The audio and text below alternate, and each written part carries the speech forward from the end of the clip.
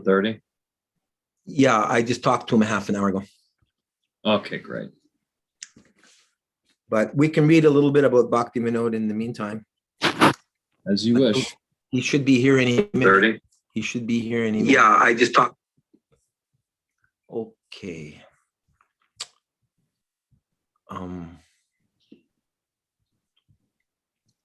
Oh, there he is. Okay, we're in. Acyutananda Prabhu is here. Jivan Mukta Prabhu is here. Jai. Acyutananda Prabhu, did you wish to begin with Ye Anilo Premadana or Ohe Vaishnav Thakur? Yeah, Anila, we don't have to do Ohe Vaishnava Thakur necessarily, but if you want to move ahead with the talking about Bhaktivinoda. But one thing I wanted to say further, I was talking to Gora earlier about, temple managements and things. And there was a devotee who was reading Chaitanya, teachings of Lord Chaitanya in the 70s in some godforsaken place in America. And and the temple president comes by, grabs the book out of his hand and says, "Oh, another devotee doing nothing." Well, the second part is that devotee then has dedicated himself to studying Bhagavatam thoroughly. So if something bitter happens to you, then use it to go on. If you were kicked out of a temple or lost some position, but I could have been the greatest of them all. Yeah, well, you're not. So now we can try to make this Zoom thing. I met two devotees of Prabhupada today at a grocery store, and I gave them the number and the password. Nice. Thank you. And soon we'll have 2-3 billion subscribers and comments and shares and views and likes. I hope so. And you'll become a bigger than Oprah. But you're the guest star every time. Other people have interviewed people, and all they could say was, "I was on Oprah. I was on." Well, you were called on Oprah. You did one show, and you said about your book or something. And yes, I was chosen by Oprah. Well, that's not the accomplishment. Well, yeah, Oprah chose. It's all they could talk about was I was on Oprah.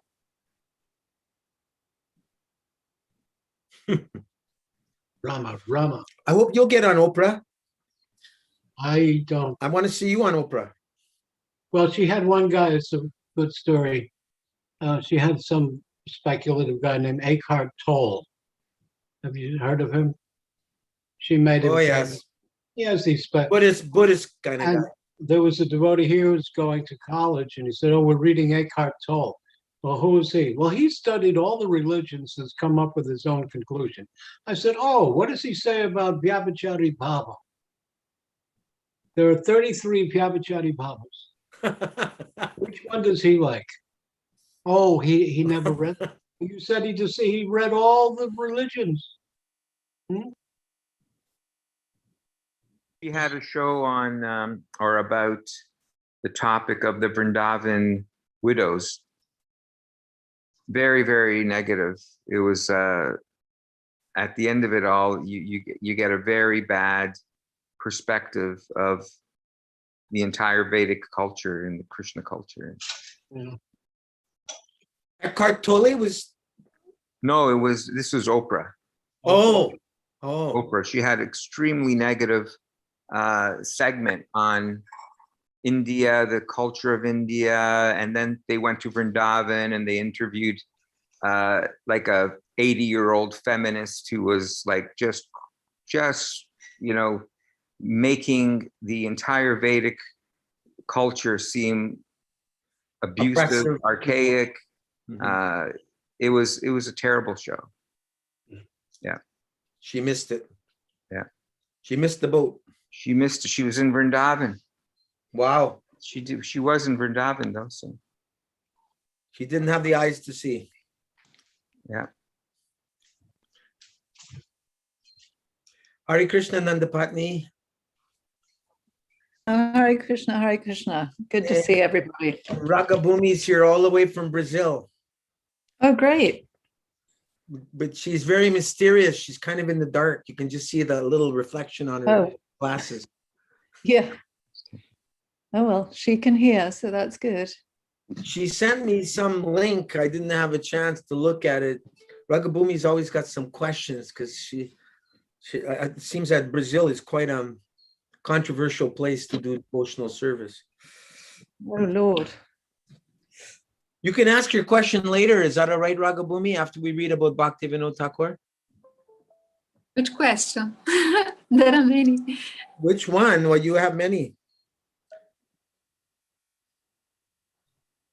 You said, why this kind of personality is guiding Prabhupada's mission? He said that Prabhupada gave to him a shoe that fits in his feet. Anyway, we won't go there now. All right. That's Yeah, Nila. Yeah, Nilo Prima Donna coming up.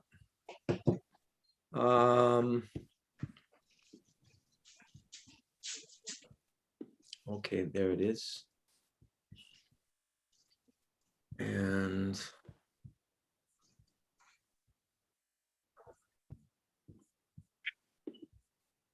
okay, I've got that on my screen. Is this going to show up now? Yeah. This is in, Okay. in honor of Bhaktivinoda Thakur and Gadadhar Pandit's Tirobhav Disappearance Day. Jayanilo Prema Dhana Koruna Prachu Ano Prabhu Kota Gela Charja Thakur. Anilo prema Oh, Premadana Koruna Prachu Eno Prabhu Kota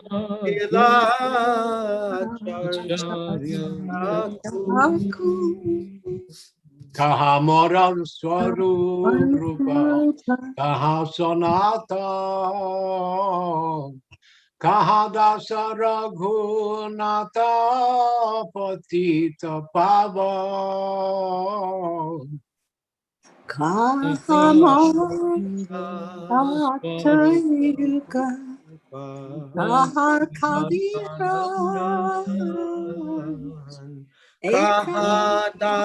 Saragunata Patita Bhava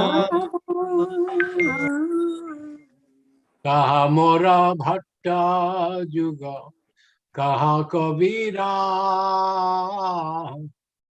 Ekakale Kota Gela Gora Natara Amora Bhata Kavira Eka Kale Kota Gela Gora Natara Ashanel Kotibo Mata Anale Pashibo Goranga Gunera Nidhi Kotagele Pabo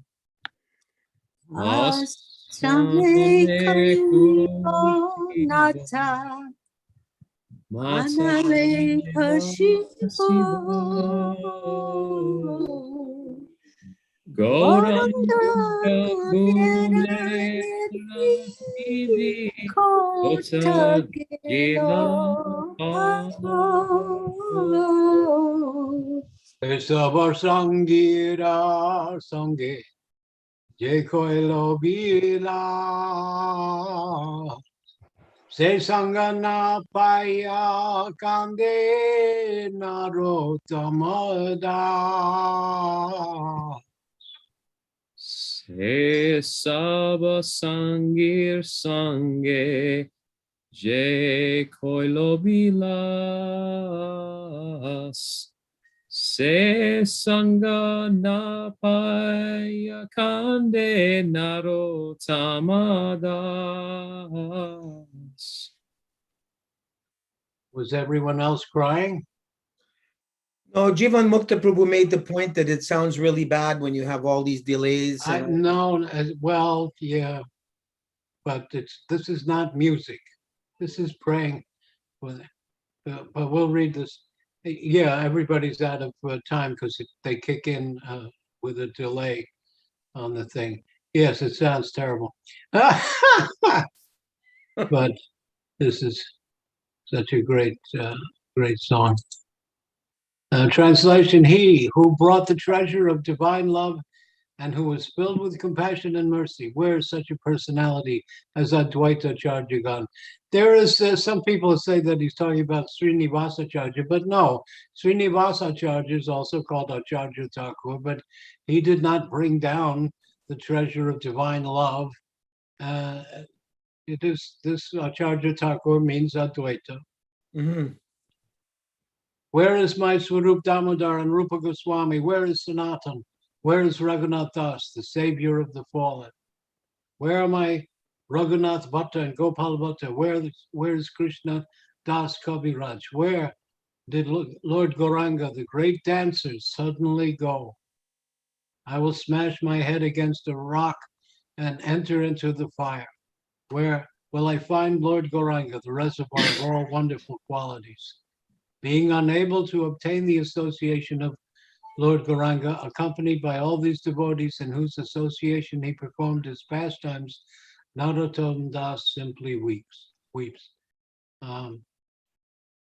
Better translation, Akakale Kotagera. All at once they left. You know, that's so. And they went off to be with themselves, not me. Oh, it's very, very, very painful.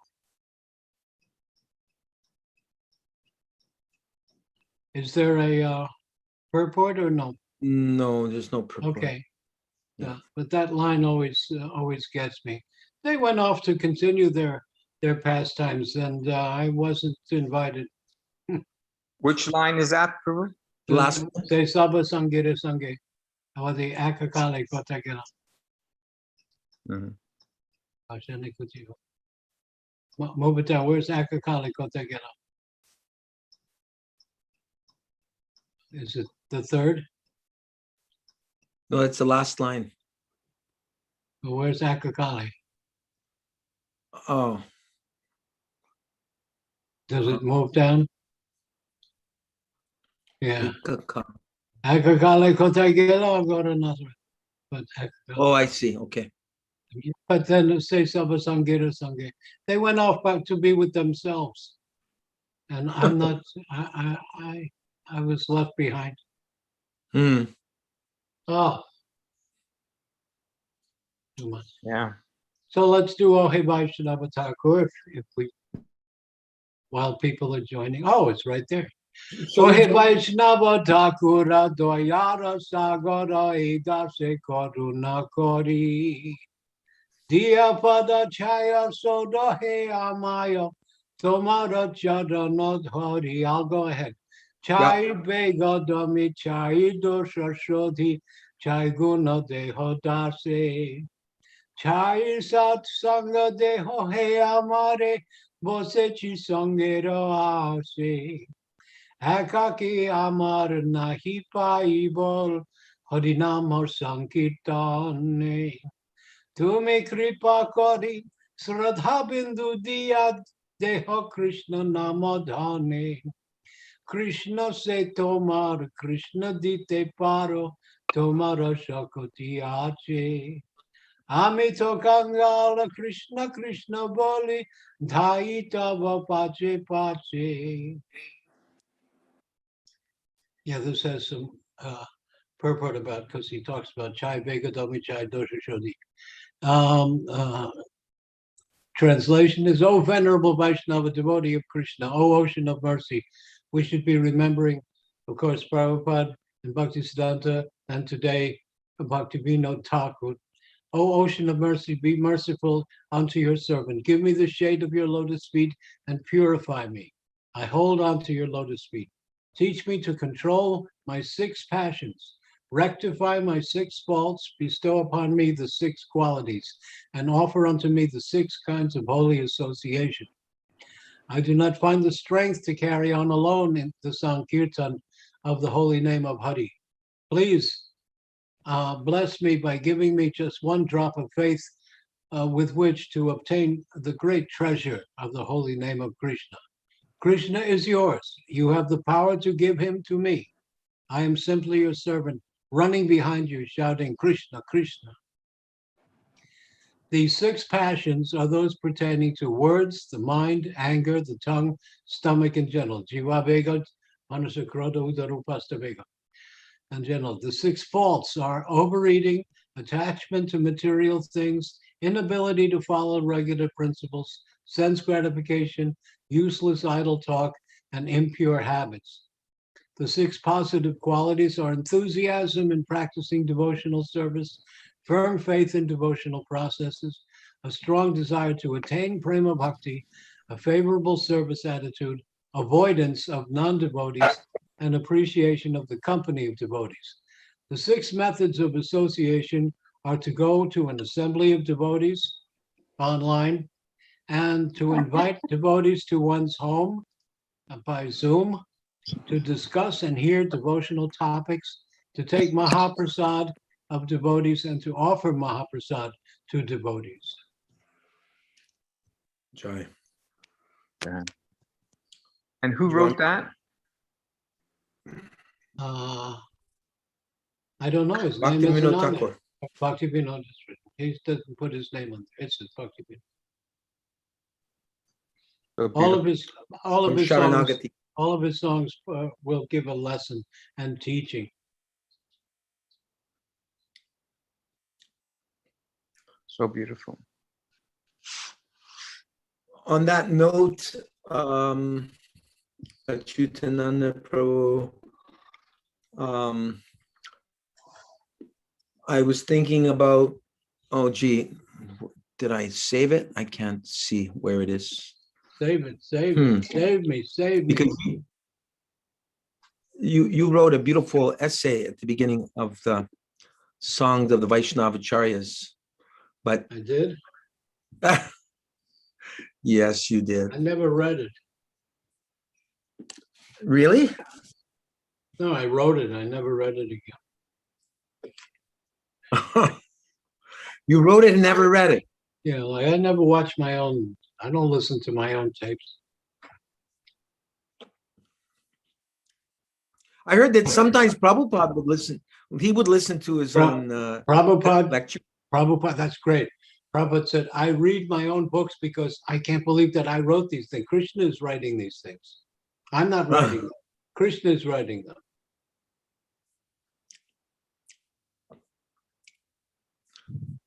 Okay, so let's see here. Oh Krishna.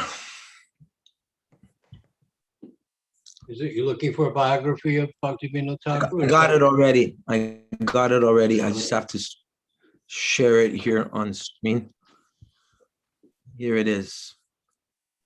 Did you want to read what you wrote? Oh boy, can you enlarge this or can I enlarge it somehow?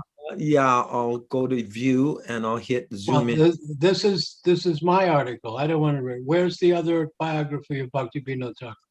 You don't want to read this? You don't want to read your article? No. Okay.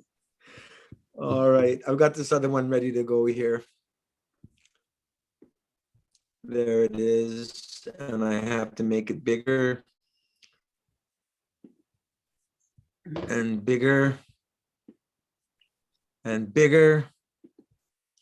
How's that for everyone? Can you see? I still see my Is that article. good? I don't Really? see the Bhakti. Oh, Yeah. okay. All right. Let me get the right page there. Okay, how do I do this? Krishna, please help me. Share the screen. Okay, there it is. Great. Srila Bhaktivinoda Thakur's boy. life and teachings in a capsule. Okay, Can you see that? yeah, it's white on black, but anyway, I'll see how far I can get. So I don't need glasses. I mean, sunglasses. Right. Sri Sachidananda Bhaktivinoda Thakur appeared in 1838 in a wealthy family in the Nadia district, West Bengal. He revealed that he is an eternal associate of Sri Chaitanya Mahaprabhu by his extraordinary preaching activities and prolific writing. Living as a Mahabhagavat Vaishnava, he stayed in the Grihastha ashram until the last few years of his life. Then he renounced everything excepting Babaji and entered Samadhi, totally absorbed in the loving service of Gaur Gadadhar and Radha Madhav. He had a responsible government position as the district magistrate, high court judge, maintained a Krishna conscious family, and wrote almost 100 books on Krishna consciousness. Bhaktivinoda Thakur told his sons that he would give them all kinds of jobs in printing, that they would go to the printer and get paper and ink and bring things to the printers and bring them back. And he said, if you don't help me, I won't feed you. Get out. I won't maintain you in my house. So he didn't look at them as his sons. He looked upon them as his disciples. Wow. Can put it back. Thakur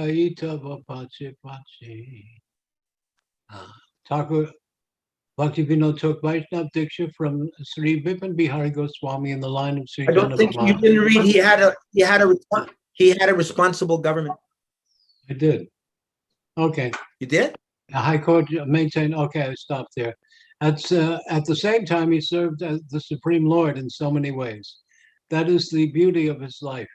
After a full day of government service, he would sleep 4 hours, get up at midnight, and write until morning.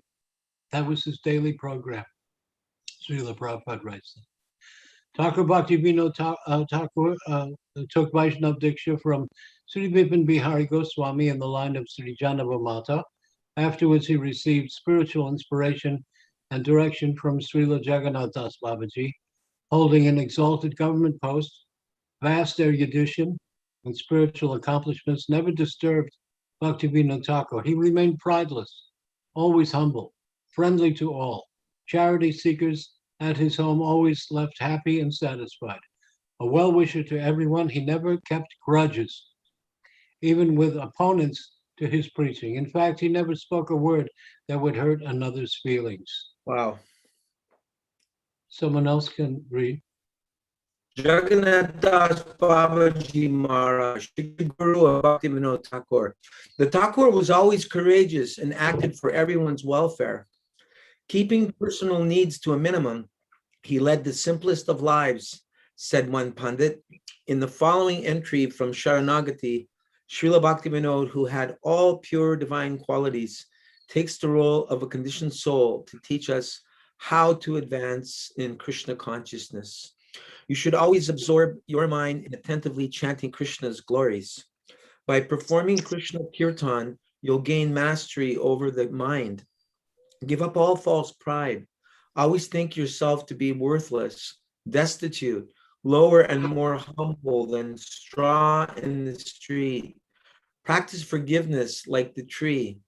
Giving up all violence toward other living beings, you should maintain them. Throughout your life, you should never give anxiety to others, but do good to them. Make them happy and forget about your own happiness. Baba Tarini, would you like to continue?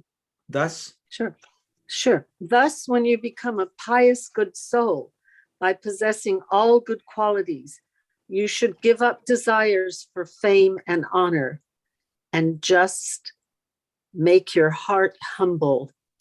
Knowing that Lord Sri Krishna lives within all living beings, you should respect and honor everyone at all times.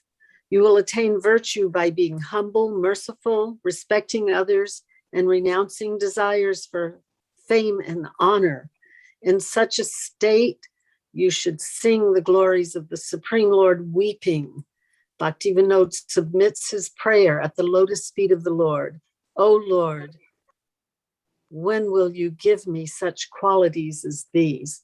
Always anxious to use every moment in loving service of Krishna, he followed a strict, austere daily schedule. Do you want me to read the schedule? It's up Yeah. to you. Okay, Or 8 p.m. to 10 p.m., rest 2 hours. 10 p.m. to 4 a.m., write. 4 a.m. to 4:30 a.m., rest. 4:30 a.m., 7 a.m., chant japa. 7 a.m., 7:30 a.m., correspondence. 7:30 a.m., 9:30 a.m., study shastras. 9:30 a.m., 10 a.m., bath prasadam, half-liter milk, fruit, 2 chapatis. 10 a.m. to 1 p.m., court duties. 1 p.m. to 2 p.m., refresh at home. 2 p.m. to 5 p.m., court duties. 5 p.m., 7 p.m., translate Sanskrit Shastras to Bengali. 7 p.m., 8 p.m., bathe prasadam, half-liter milk, rice, 2 chapatis. Summary daily schedule. Sleep 3 hours, 8.5 hours. you're going out, He's flipped out. right is 8.5 hours, drop a study 4.5 hours, and work 6 hours. Jiva Mukta Prabhu, would you like to continue? Sure. Srinivasacharya praises the 6 Goswamis in Vrindavan. Nana Shastra Vichara Naika Nipuno Sadharma Samstakapo Lokanam Hitakarino. The 6 Goswamis deeply studied all the Shastras in order to establish eternal religious principles for the benefit of everyone. Similarly, Thakur Bhaktivinoda made unlimited preaching contribution to help humanity. And for this, he's known as the 7th Goswami. Should I go on? Yeah. Biographers list 3 major preaching achievements of Srila Bhaktivinoda Thakur. Number 1, wrote 100 authorized spiritual books. 2, discovered appearance place of Lord Chaitanya. 3, introduced preaching innovations. Besides books in Bengali, Aurelia, English, reviving and explaining Mahaprabhu's message, he wrote hundreds of poems, songs full of spiritual sentiments, and Shastric Siddhanta, philosophical conclusions. Yoga Pit, appearance place of Lord Chaitanya in Mayapur. His writings have made the sacred teachings of Lord Chaitanya Mahaprabhu fully available to every modern reader, and they are presented in a form which carries irresistible,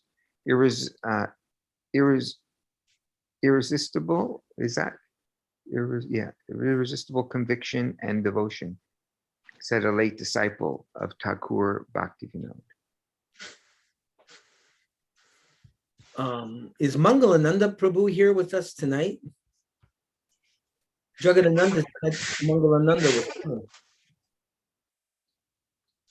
No, I had just sent you a new song of his. That's all. But he's not- I'm confused. Okay. All right. Yeah. Okay. Okay. Is Nirhari there, or is it only you, Bavatrini?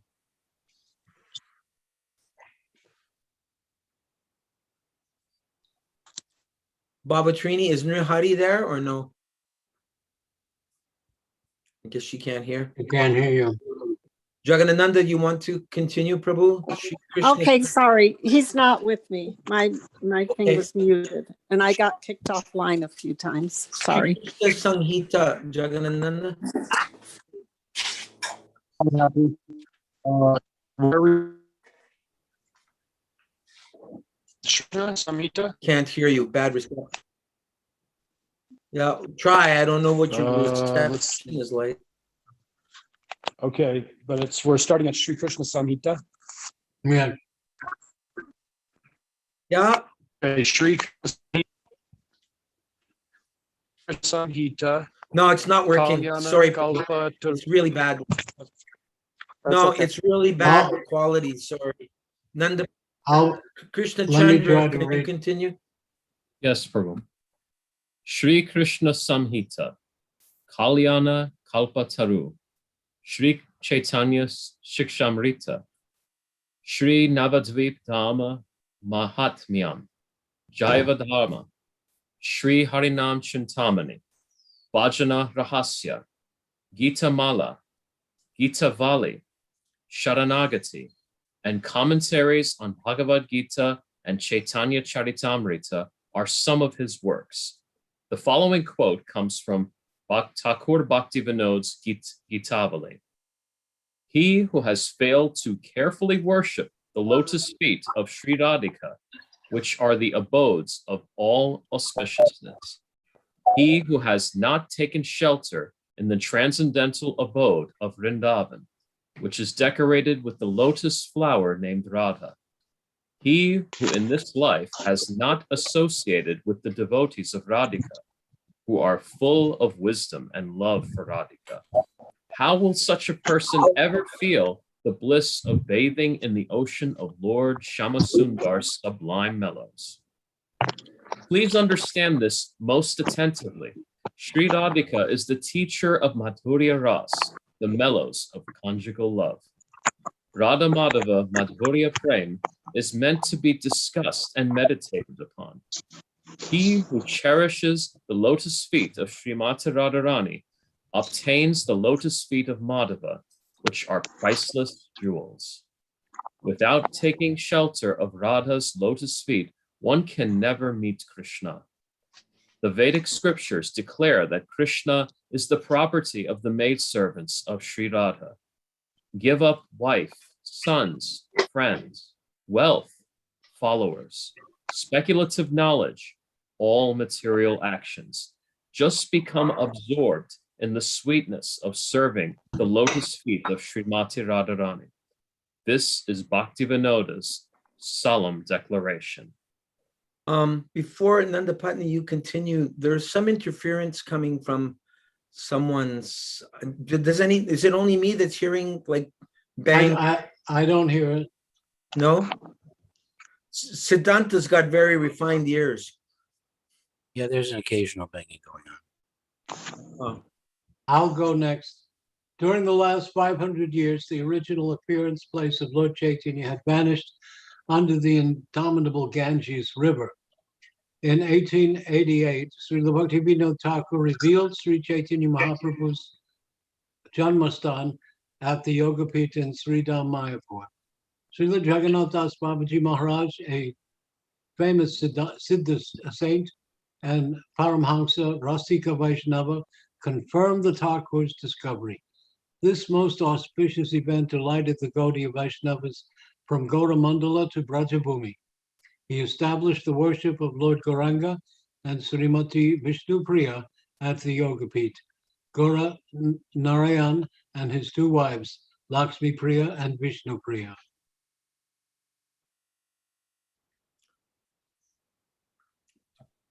Nanda Patni? Okay. In the mood of innovation, in 1896, he sent to universities around the world a book of shlokas, Sri Gauranga Leela Smaranam, which had a 47-page English introduction, Sri Chaitanya Mahaprabhu, his life and precepts. This act rose from a keen desire to spread Lord Chaitanya's teaching in Western countries. Bhaktivinoda Thakur made 3 predictions concerning a person and a phenomenon. A personality will soon appear, wrote Bhaktivinoda Thakur, and he will travel all over the world to spread the teachings of Lord Chaitanya. His second prediction, very, very soon, the chanting of Harinam Sankirtan will spread all over the world. Oh, when will that day come when people from America, England, France, Germany, Russia will take up kartals and madangas and chant Hare Krishna in their towns. The third prediction, when will that day come? When the fair-skinned foreigners will come to Sri Mayapur Dham and join with the Bengali Vaishnavas to chant Jai Sachinandan, Jai Sachinandan. When will that day be? Jai. Ragabhumi, would you like to read?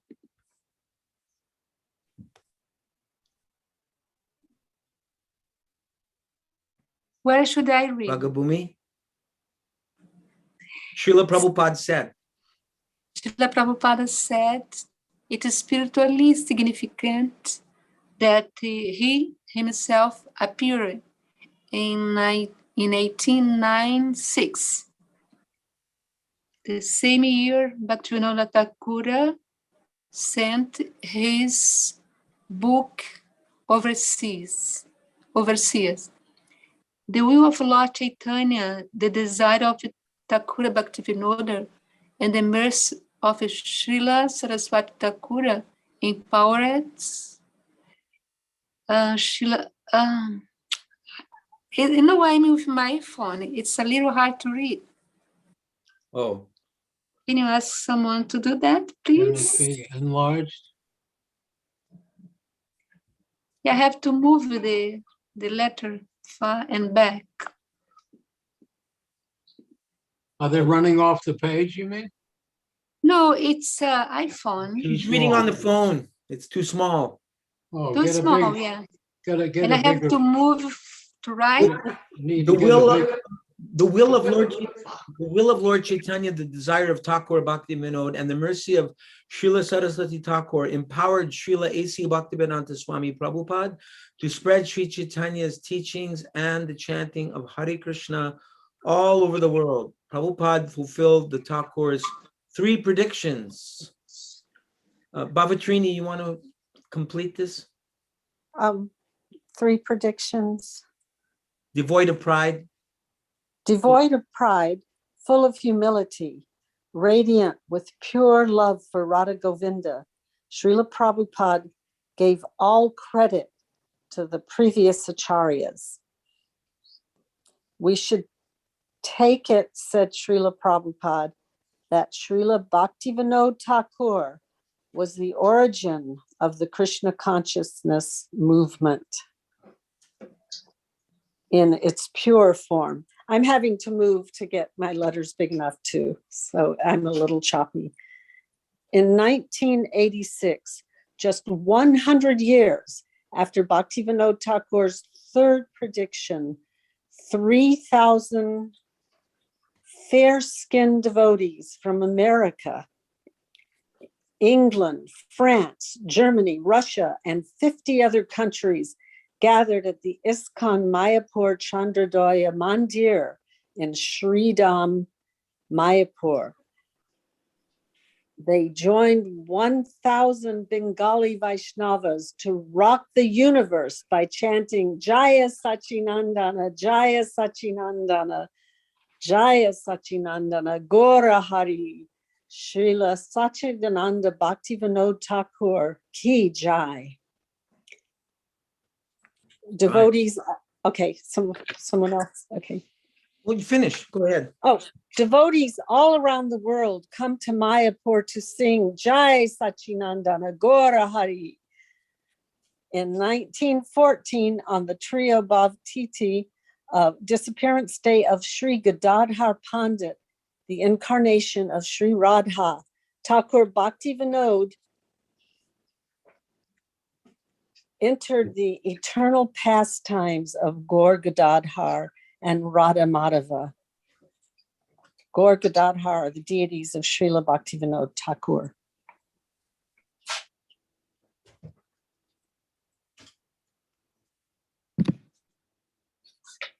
Is that it?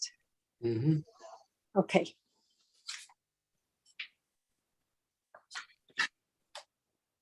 Well done. Jai. Very well done. We have our house here is called New Gadadhar Bhavan. Nice. I've got the seventh Goswami here. I wasn't able to find it online. Karnamrita Prabhu's book. Oh, no, Rupa Vilas, excuse me. Rupa Vilas, yeah. Robert McNaughton on Facebook. And I was not able to find it online, but we could read a little bit. I could read, and anyone can make comments if they like. Or actually, excuse me, no, I have this from Srila Prabhupada. This is a lecture from Srila Prabhupada about Bhaktivinoda Thakur. It's the only lecture that he gives specifically on Bhaktivinoda Thakur. And let me see if I can share this with you all. There it is. So this Bhaktivinoda Thakur was Grihastha, very responsible officer, magistrate. And he was so exalted that he would come from his office generally at 5 o'clock, take supper, and immediately go to bed. Immediately, say at 7 o'clock in the evening, he goes to bed and he wakes up at 12 o'clock. So suppose he goes to bed at 7 o'clock in the evening and wakes up at 12 o'clock at night. It is sufficient sleep, 5 hours. One should not sleep more than 5 to 6 hours, minimize as far as possible. Excuse me, Siddhanta Prabhu, I didn't ask you to read. If you'd like to read a few paragraphs. Or do you have some comment you'd like to make, Siddhanta? I remember from your interviews, I think it was with Pradyumna Prabhu, where Srila Prabhupada told him that the Sri Chaitanya Shikshamrita by Bhaktivinoda Thakur was an important book. Do you remember that? I'd have to go back to the text of that memory. Right. You want me to look that up? If you like, yeah. Acyutananda? No. Yeah. Have you read that book? No. Okay. Who do we have with us here? Someone from Samsung Galaxy Das. Hey, is that Rajendra Nandana? Hare Krishna, Prabhu. Wow, Hare Krishna. Dandavat pranams to you. Did Jagadananda rope you in? He was persistent, and the draw of Bhaktivinoda Thakur's glories and the nice sangha you have, how could I resist? Acyutananda Prabhu, are you familiar with Rajendra Nandana Prabhu? No. Did you? Isn't that insulting? What significant worldwide service have you done? Nothing. I'm just hanging on by a thread here. No wonder you haven't composed any songs or books or translations or established great temples. Have your ambitious feet climbed the corporate ladder to the GBC? I have a long list of offenses if you have any interest. Oh, now I know you. Rajendra Nandan Prabhu guy. was in Vrindavan during the time of Srila Prabhupada and taught Gurukul as well. Uh-huh. Ashram teacher. Okay. So did you know Yasodanandan? He was Very well. yeah. So we're very good longtime friends. And now he's The Brahma Samhita prayers and chanting, teaching the boys. Oh, what nectar. All the prayers that were in that song book. I still got that book. Yeah. I was in Vrindavan with you, Prabhu. Yeah. Hare Krishna. Yes. Hare Krishna. Nice to see you. Hare Bol. Hare Hare. Yasodanandan and I would read at the beginning in South India. We toured South India 3 years, and we would begin each meeting with the Brahma Samhita prayer. So we told that to Prabhupada, and he said, very nice. Jai. Jivan Mukta Prabhu is in touch with Yashodanandan Prabhu. Yeah, I'm on his, I get emails from him almost every day. Oh, wow. Okay. Yeah, so do I. You're on that thread. So Rajendra Nandana Prabhu, we're each reading, these are short paragraphs. So we're reading a couple of paragraphs each and then if there's a comment or a question, we move on. The next paragraph would, I asked Siddhanta if he could look something up. Did you have a chance to find it, Siddhanta Prabhu? Well, I have an interesting Okay. Comment by Prajumna regarding the books that Prabhupada used in his translation work. And then I can go to the Okay. end where Thank you. he talks about those other books. Let me just go here then again. It's kind of interesting.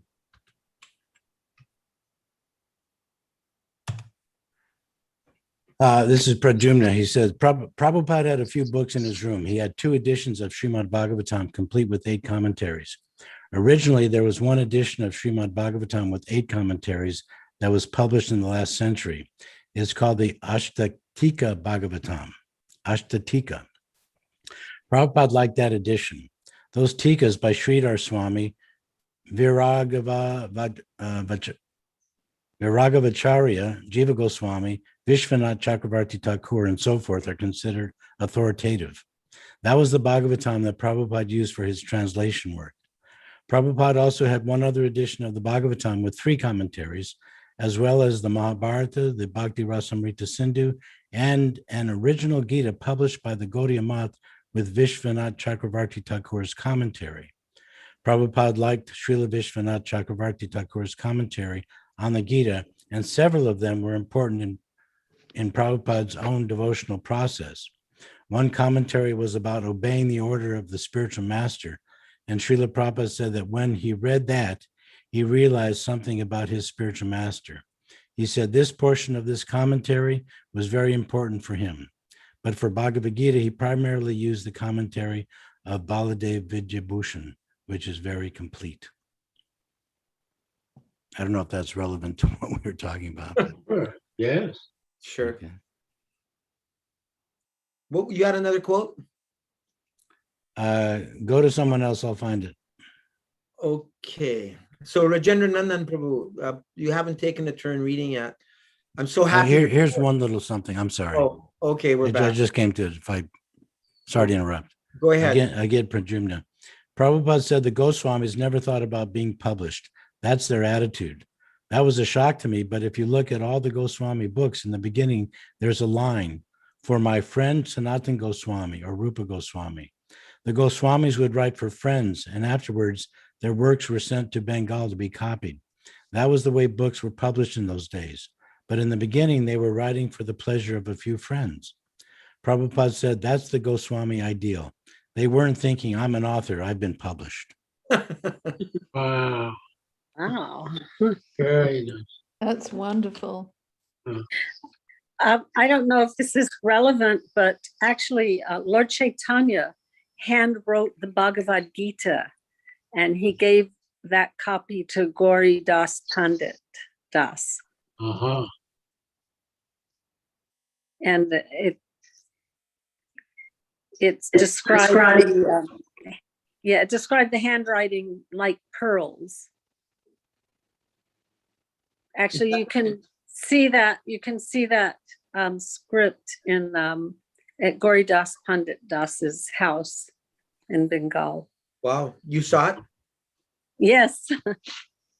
Did you take a picture? No, Oh. I don't think they would have let us, but Okay. Yeah. They didn't let us take pictures of Radha Damodar and some other places. We did take a cloth rubbing of Lord Chaitanya's feet at Jagannath Puri. oh. I got one of those in Hyderabad. Hmm. Why are the pujaris so uptight about taking photos of the deities? Well, they think we're selling them. Because like you reminded me, Atma Mata Sarvam Jagat Atma, what is it? Atmavan Mane Atmaman Manyate Jagat. Anyate Jagat. So that's what they would have done. They would have made a business. Also, it may also be like, I'll start it this way. You ever see the pictures of Jagannath and there's an ugly demon over his head? Yeah. Yeah, that's in many, many temples in South India. That is to divert the eyes of envious people. Huh. They will not look upon Jagannath. And I've seen this in our temples in India. Some Brahmo Samad Brahmins and impersonalists. They'll stand in the back of the temple like this. But what do we have here? You know, so this is looking upon the deities with envious eyes. So that's a diversion, and they'll get scared. Then they look back to the deity. They've been warned, you know. So that little demon. I'm sure there's a Purana story of who that demon is.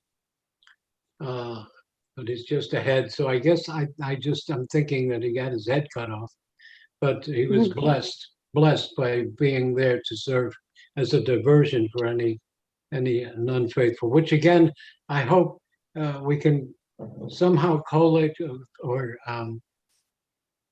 compile verses where it is said not to give these teachings, or the ninth Namaparad is do not teach this to the unfaithful.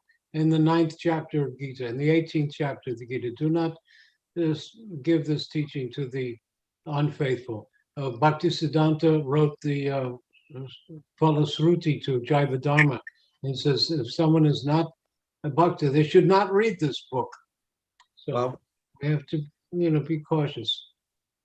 Rajendra Nandan Prabhu, would you like to continue, please? Where's, The Goswamis. let me get your picture out of the way. The Goswamis used to, let's see, you read that. You read that? No. The No. Goswamis used to sleep not more than 1.5 hours or 2 hours. Sleeping is not an important thing. Even big politicians, they used to sleep for 2 hours. So especially in spiritual line, they should minimize as far as possible. Eating, sleeping, mating, defending, minimize. Gradually it comes to nil. Raghunath Das Goswami, he was eating only a little piece of butter every alternate days, not daily. So this Bhaktivinoda Thakur regularly, he was coming from his office. After taking his supper, immediately he goes to bed and wakes up at 12 o'clock. He used to write books. If he wrote, he left behind him about 100 books. No, I'm sorry, he left behind him about 100 books. And he excavated the birthplace of Lord Chaitanya, organized how to develop the birth site, Mayapur. He had so many business. He used to go to preach about Chaitanya's philosophy. He used to sell books to foreign countries.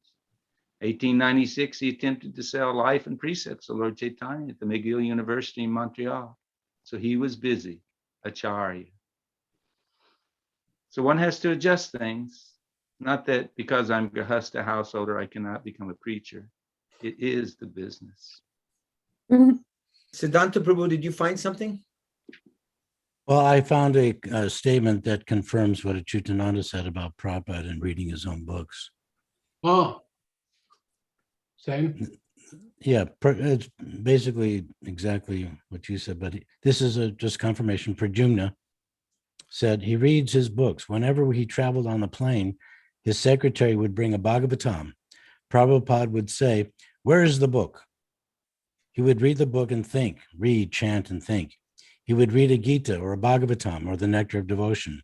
He'd say, "See, I read my own books." Who reads their own books? People don't read their own books. Therefore, they were not written by me. They were written by Krishna. Jai. Wow. Does anyone have a picture of that deity that Bhaktisiddhanta installed? Bhaktivinoda Thakur installed of Mahaprabhu with Lakshmi Priya and Vishnu Priya? Because that's the tradition of establishing Bhagavan. In South India, you'll see Vishnu and 2 Lakshmi. There's Lakshmi and Bhudevi or Neela Devi, sometimes 3. But that's a fantastic statement to establish Lord Chaitanya as Bhagavan with 2 Shaktis. Is there any picture? This is I don't have a picture of those deities, but this is a deity of Bhudevi from South India that was worshipped for 250 years. And then she made it to America, and we were instructed to worship her as Vishnu Priya. Hey. So that's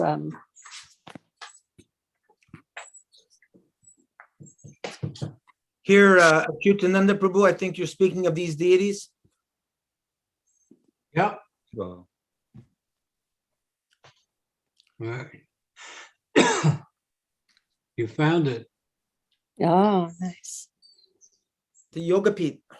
I saw them last year. Silver Makut crowns. Yeah. It's interesting that Prabhupada never established this style. Oh, No, Bhaktisiddhanta established Radha Krishna and Mahaprabhu. And also Bhakti Pragyan Keshav Maharaj established Radha Krishna Mahaprabhu with a white marble Krishna. And Prabhupada established a white marble Krishna in Calcutta. And I know at the installation, sorry, at the installation, I was standing next to Prabhupada for the arati, and I said, Prabhupada, they put the flute in backwards. And Prabhupada, wait a minute, wait, here's the better one. Not that funny yet. It's a great punchline. No, it hasn't come yet. Wait. Prabhupada looks at me and says, Krishna is all powerful. He can play from either side. Now laugh. But so I used to tease there was one gentleman that would come and said, excuse me, Swamiji, why is Krishna white? I said, and I would look and I say, no, he's black. And it would make him look. He looks white. I said, no, he's black. Oh, yeah. So I lit him on like that. I teased him for a while. Jagadananda Prabhu informs me that Bal Gopal Prabhu from ISKCON Denver is with us, but all we see is a little black box that says Galaxy A21S. I'm guessing that's Bal Gopal Prabhu, but we don't see a face, just Galaxy A21S. He was here before, that Bal- Prabhu, and he was here before, and it said his name under the box, and he was showing video, but it looks like he had to go. Sorry. I know he had to go do some Pujari service. He said he would only be on for a short time, so sorry about that. Oh, okay, I'm sorry.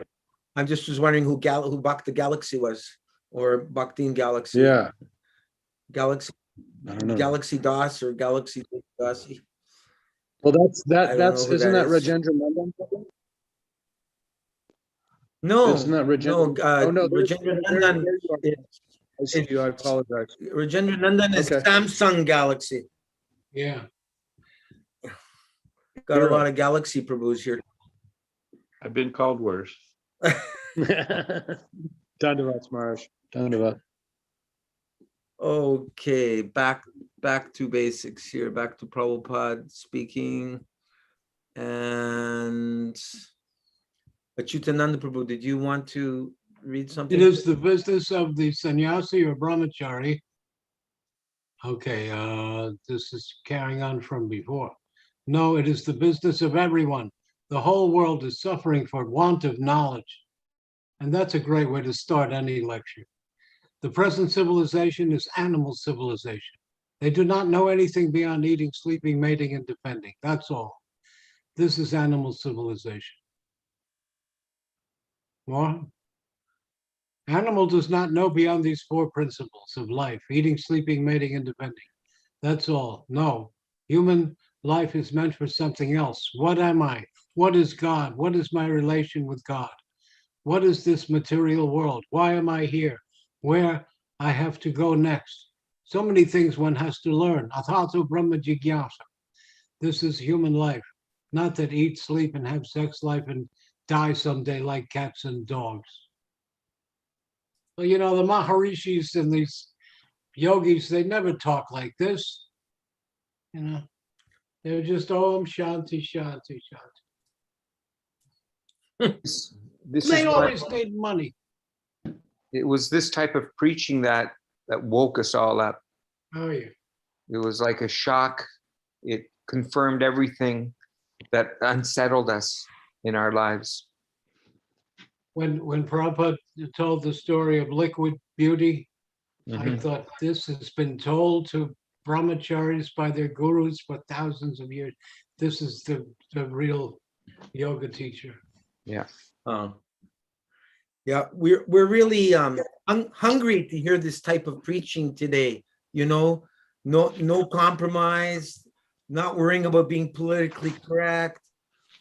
Was it Srila Prabhupada, didn't he say that Bhaktisiddhanta, he had the hatchet or axe or something? Axe style or hatchet preaching?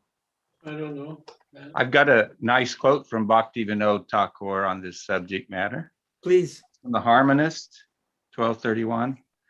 It's a blessing to Bhaktisiddhanta Saraswati Thakur. He says, "You will be undefeated everywhere in presenting Vaishnava Siddhanta. If in propagating the straightforward, unbiased truth, the entire anti-devotional, misguided, self-interested community unites to attack you, still no one will be able to muzzle your fearless voice. Never desist from preaching the truth." Wow. Can you send me that on my Facebook, Rajendra Nandan, later?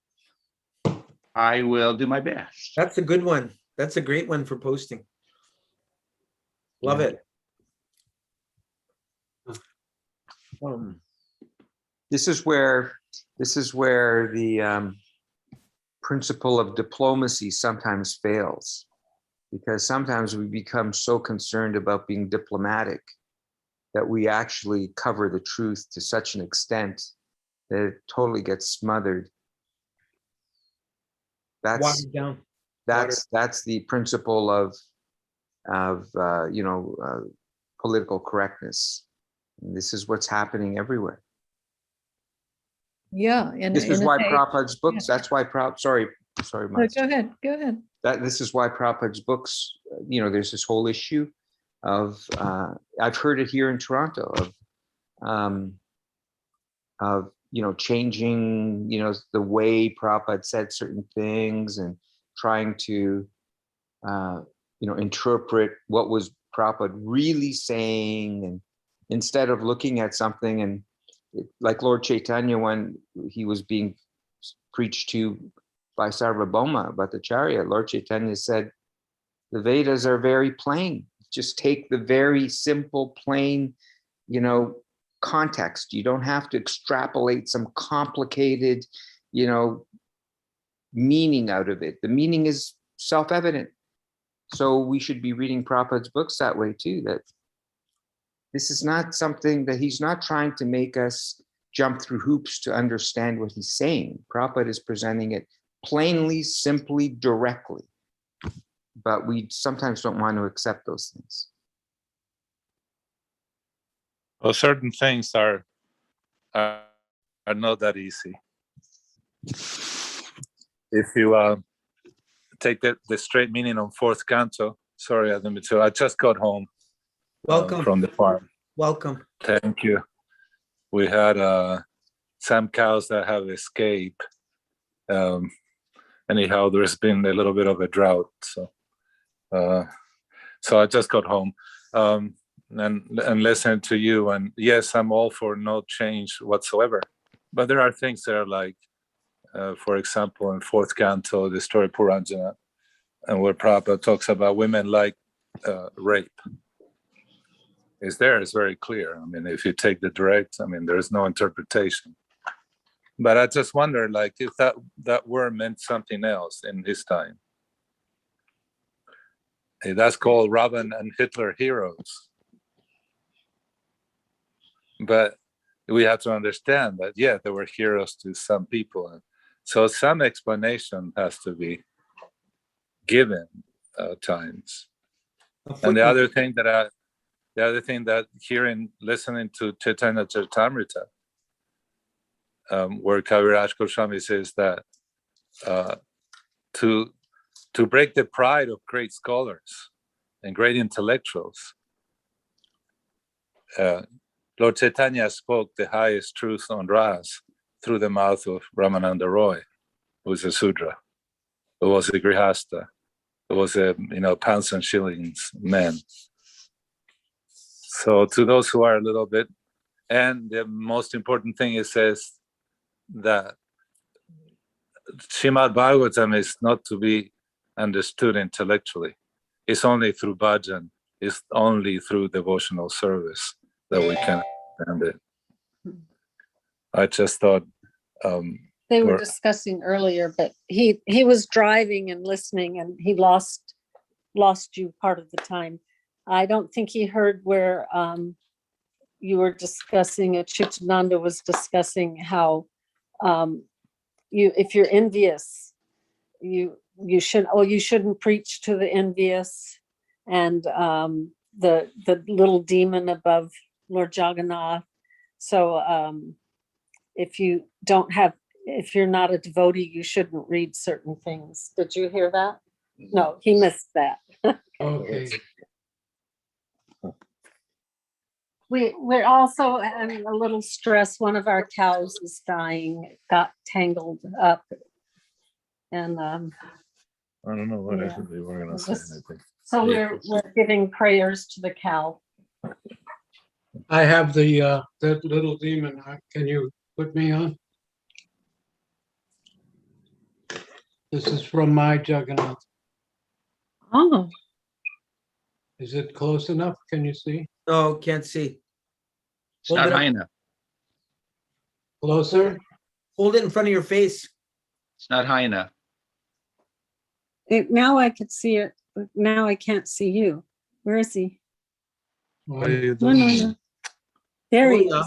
No, you Oh, can't okay, hold. right, the demon. This is from. This is to divert the vision of any envious people. First, they'll see this demon and get a little scared. What's that?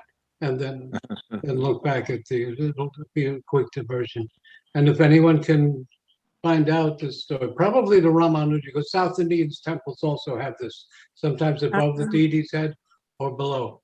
So I think I may have heard that there was an envious demon, got his head chopped off. He wanted to be greater than Vishnu. So he said, okay, you can be above me, but you can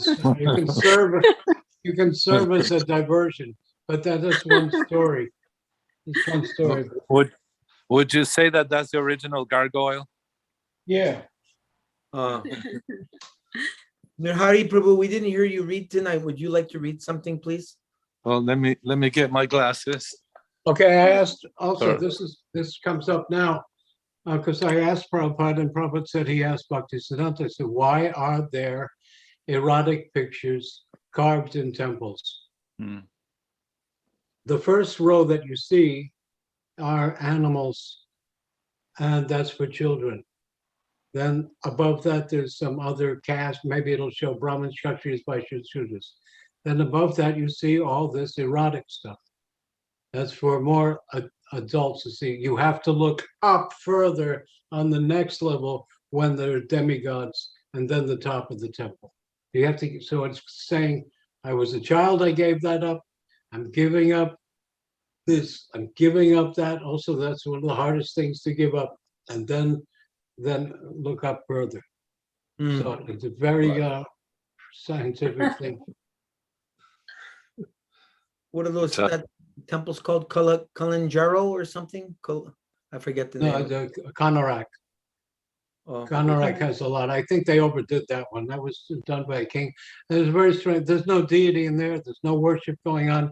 And I heard when they put the chakra on top, the architect fell off and died. And then his son climbed up and tried to put the chakra. He fell off and died. And they said no more. Mm. No more. But that's a very interesting temple. Each wheel will tell time by shadow. And there's 12 wheels, all made with very intricate dots and lines and shapes. And they don't know if the one can tell time in the day, can one tell the time by the moonlight? And what are the other 10 for? They could be for astrological timekeeping. Oh. Yeah. They're very intricately done.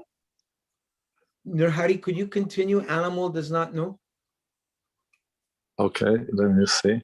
So it's in talking about temples. It seems like because of there were concentration of population coming to them, there's a lot of stuff. I've been following Praveen Mohan although, you know, he's apparently mundane. It's not. It's actually thought-provoking. Yeah. Because he's got Vishwakarma and his instruments of measurement. But he's got other things very interesting, like 4 tusked elephants in Angwarka, Angkor. Okay. Yeah. Animal does not know beyond these 4 principles of life: eating, sleeping, mating, and defending. That's all. No. Human life is meant for something else. What am I? What is God? What is my relation with God? What is this material world? Why I am here? Where I have to go next? So many things one has to learn. Atato Brahma Jigyasa. This is human life. Not that eat and sleep and have sex life and die someday like cats and dogs.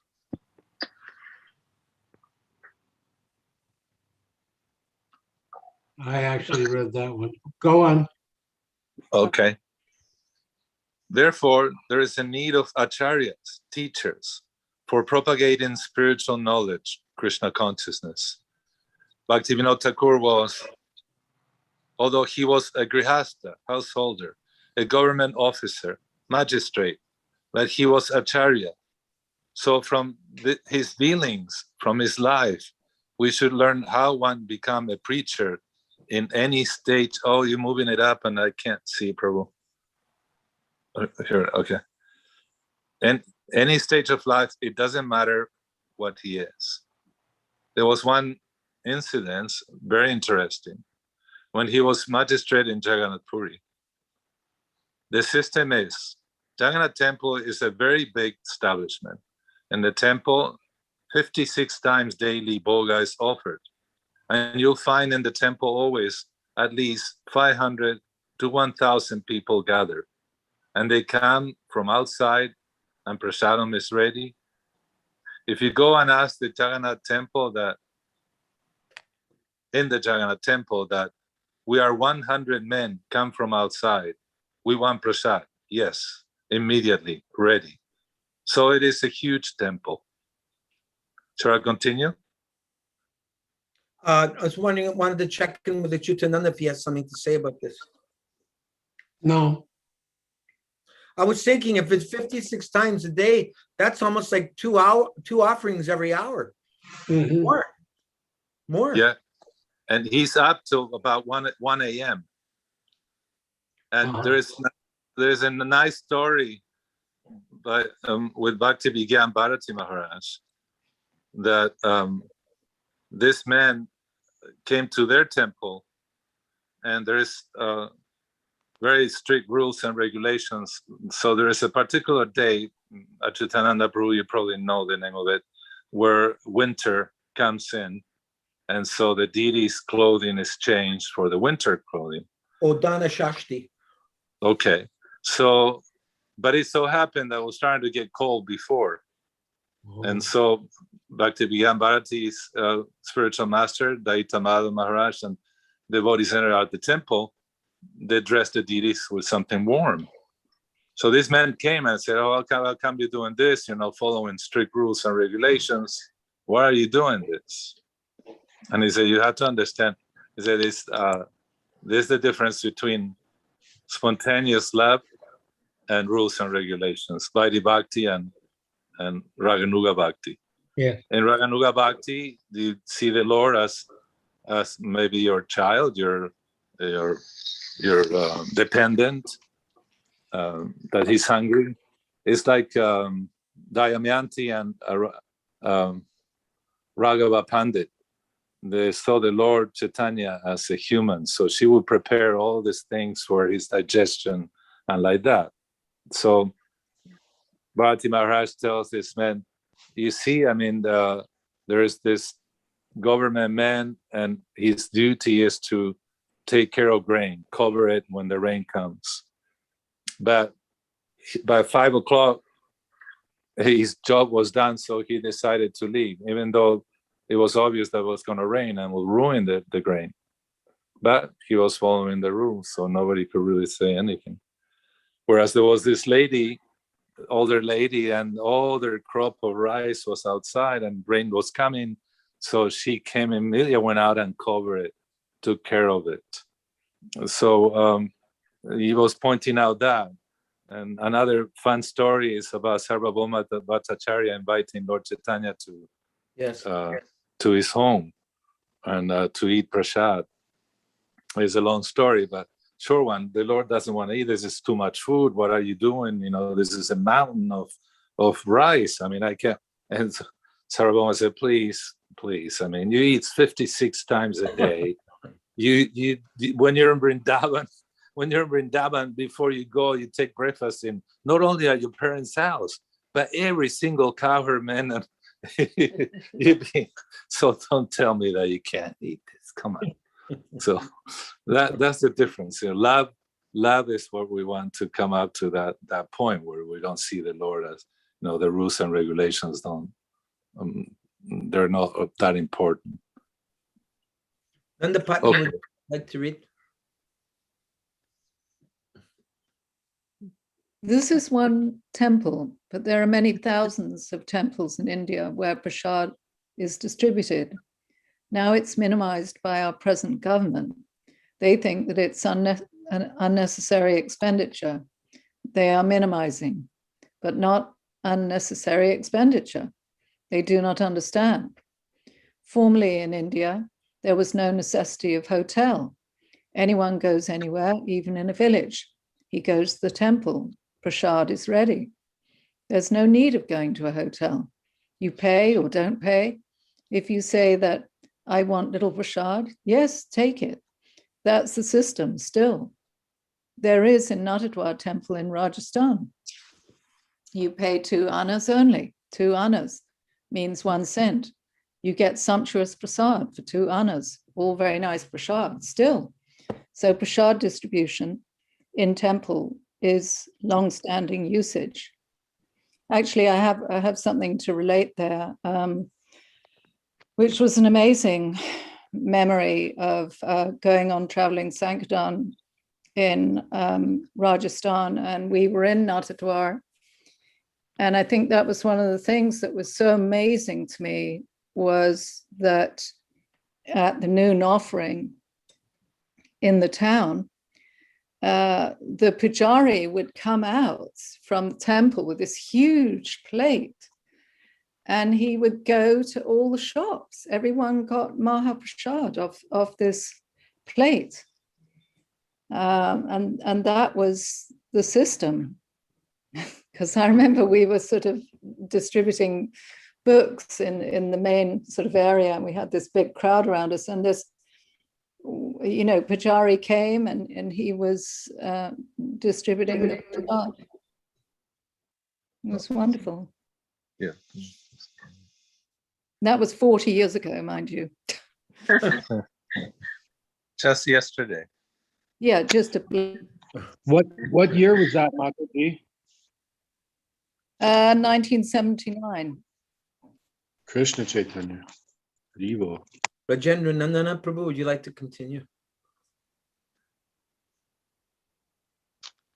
There's So Bhaktivinoda Thakur. So Bhaktivinoda Thakur, the Jagannath temple is managed by a body. It's the custom that the local magistrate of the district, he becomes the president or manager. So Bhaktivinoda Thakur is manager in that sense because he was magistrate. The managing committee was being presided by him. So there was a complaint in Orissa. This Jagannath temple is situated in Orissa, Utkala. Utkala, this state, was originally belonging to Dhruva Maharaj. His son's name was Utkala Maharaj, Utkala. Anyway, so this Utkala, there was a pseudo-yogi. He declared himself that, just like you'll find nowadays, also, there's so many rascals declaring that I'm an incarnation of God, and they know some mystic power, play some jugglery, and foolish people take them. Oh, he's God. So there appeared one like such pseudo-god, Vishnu, in the village of Orissa, and he was dancing rasa dance, and foolish people were sending their daughters and wives to dance with him. You see? There are so many. Not only that, people are so foolish they do not know They want to be cheated. These cheaters come. He declared, I am God, I'm Vishnu. So there were sane men also. They took objection. What is this nonsense? This man is dancing with ladies and gentlemen, girls. So they filed a complaint. That time it was British rule. They complained to the governor of the commissioner, very high officer. The commissioner knew that Bhaktivinoda Thakur. His name was Kedarnath Dutt. Kedarnath Dutt, his household name. So the commissioner of the division, he knew that Kedarnath Dutt, he's a religious man and he's magistrate in charge. So he handed over the case for inquiry. What is this complaint? You please inquire and do the needful. So he's a pure devotee and he understood that this rascal is a bogus man, cheating people. I must inquire. So he went to the village in plain dress with some constables, police constables. They were also in plain dress. And as soon as he approached the rascal yogi, he said, oh, you're Kedarnath Dutt. So very nice. You are. I shall make you king of India.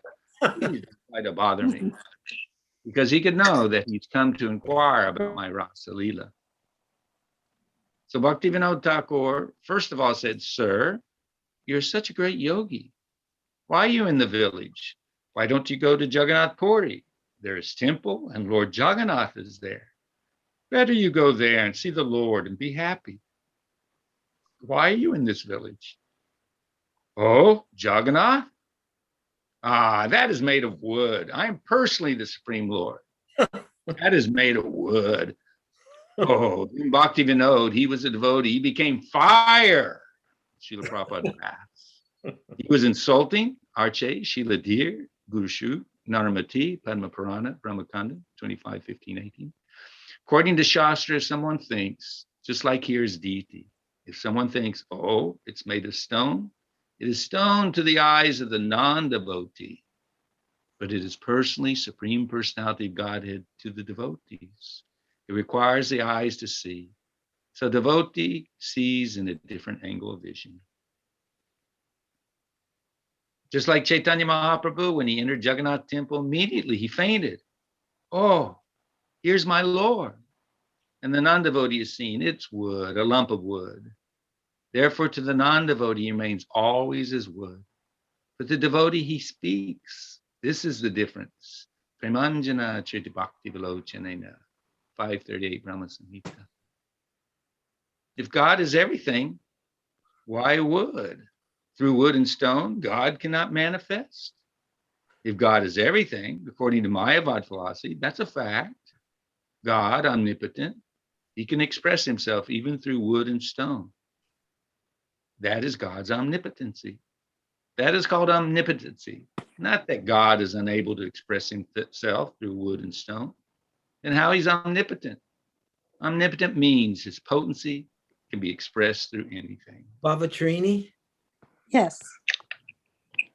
You have your question. I don't, Because anything? okay, because anything, everything is the expansion of God's energy. Parasya Brahmanha Shakti Tate Dam Akhilam Jagat. Vishnu Purana 122:52. The whole world is manifestation of different energies of God. Therefore, just like through the energy of electricity, the electric powerhouse, although far, far away from this place, was expressing, there is electricity. Through this glass, through these wires, the power can be expressed. There is the process. So Bhaktivinoda Thakur became very much, because a devotee cannot tolerate blasphemy, another devotee or God. So as soon as he said that, why shall I go to Jagannath Puri to see the wooden Jagannath? I am personally Vishnu. Bhaktivinoda Thakur immediately ordered his constables, arrest him, arrest this rascal. So he was arrested. And when he was arrested, he had some yogic mystic power. All the constables, Bhaktivinoda Thakur and his family member became affected with high fever, 105 degrees fever. So when he came back, his wife became very much disturbed that you arrested Vishnu and we are all going to die. We have got now high fever. Bhaktivinoda Thakur replied, yes, let us all die, but this rascal must be punished. Yeah. This is the view of a pure devotee, of pure devotees. So he was put into the custody, and there was a date fixed for his trial. And all these days, Bhaktivinoda Thakur himself and his family, especially, they were suffering from high fever. Maybe the yogi was planning to kill the whole family, but it was going on as fever. So on the trial day, Bhaktivinoda Thakur, Kedarnath Dutt, when he came to the bench, the man was presented, the so-called yogi, and he had big, big hairs.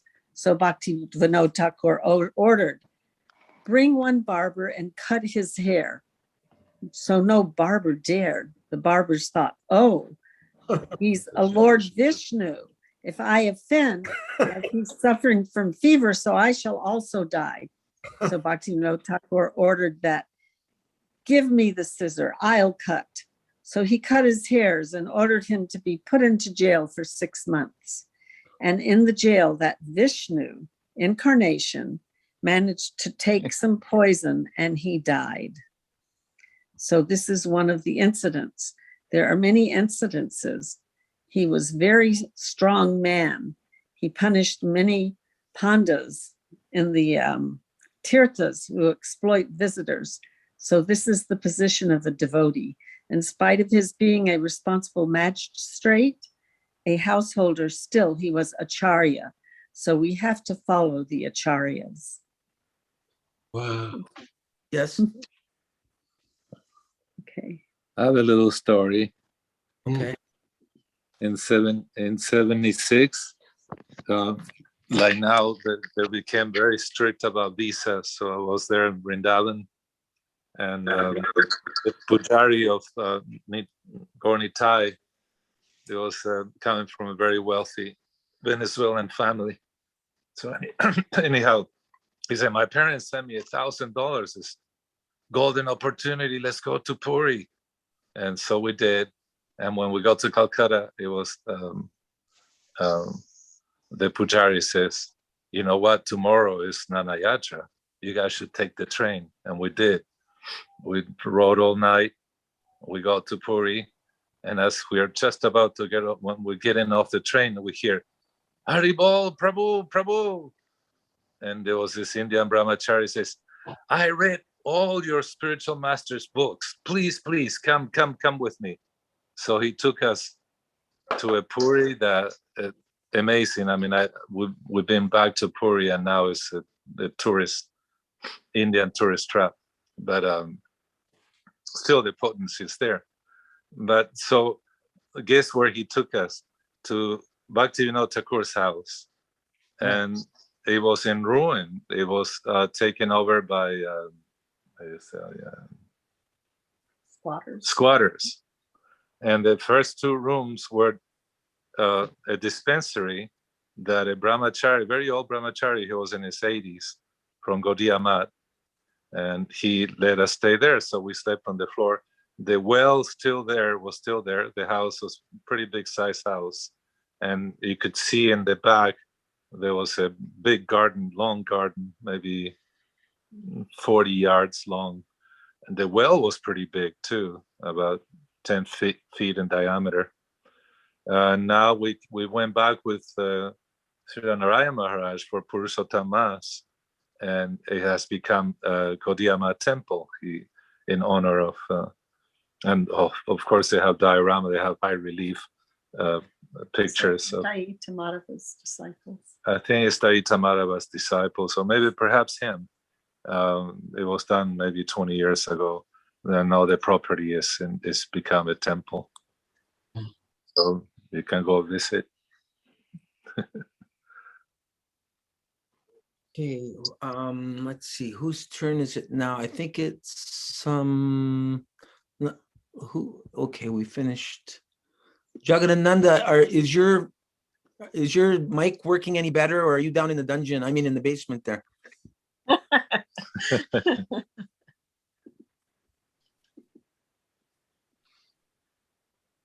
I was a close friend of Bharati Maharaj. Oh, When yeah, we were, we would go Oh. back and forth from Mayapur and Navadvip. He was the construction expert, and we would, and he told me a lot of things to do. oh, Oh. And he was He- full he- he was a full Sanskrit pundit. He from Panini grammar, and yeah, he told me also to study the six philosophers, Kanada, Kapila, the atheists, the speculative ones. Because those right. philosophers, another time I'll go through them, because those ideas are still alive today. Mm-hmm. Yeah, we had his darshan. When was it? 2000. I don't remember. In 2011 or 12, 11, with Chalrani and Sajan Maharaj. Yeah. A few devotees we went to see, and he explained his examples were they stayed in my mind forever. And this young devotee said, "Oh, we noticed that when we chant, many of my friends, they stop chanting now because they said things got worse for them." And he said, "No, he says it's like you may think that there is no change for the better, but there is. Is it actually?" He said, it's like you have a faucet that's dripping water on the stone floor. Is that when you think the damage to that floor? I mean, after a while, a few years, you'll be a concave, little hole. Is it forensics? I remember his word he used. He said it's forensic. It's forensic. He said the damage begins from the very first drop, or the change begins from the very first drop, but it's unperceivable. And then the devotee said, "Well, but when I try to chant, my mind goes everywhere." I say, "Yeah, that's natural. You just let her go. But you keep chanting, non-stop." He would say, "Non-stop chanting." It was love at first sight.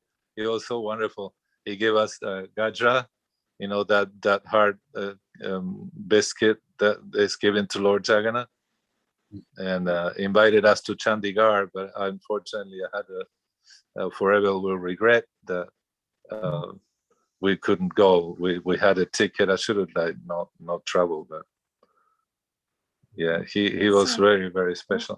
Who are the six philosophers? Remember the six philosophies and Acyutananda. Kanada, Uh-huh. Kapila, the atheist Kapila, not the son of Devahuti. Kapila is Sankhya. Kanada is atomic energy, subatomic Vaishishta, Vaisheshika. And there's Gautama, Jaimini, Patanjali, and Vedavyas. yeah. Yeah. Yeah, Srila Prabhupada says his family's from Gautama. Descendants. Also, Prabhupada's family is from, Datta, Udaran Datta Thakur. Right. Oh. Yes, he can trace that. Oh. Was the name changed to De? Yeah, well, that's complicated because the other side of the family became Malik, and that's a title given to by the Muslim during the Muslim times. They're called Maliks. They kept that name just to show their status that they at one time, and they were still a very wealthy family. Right. Yeah, they had the contract. Sorry. Go ahead. They had the contract for salt trade from the British. So wow. Yeah.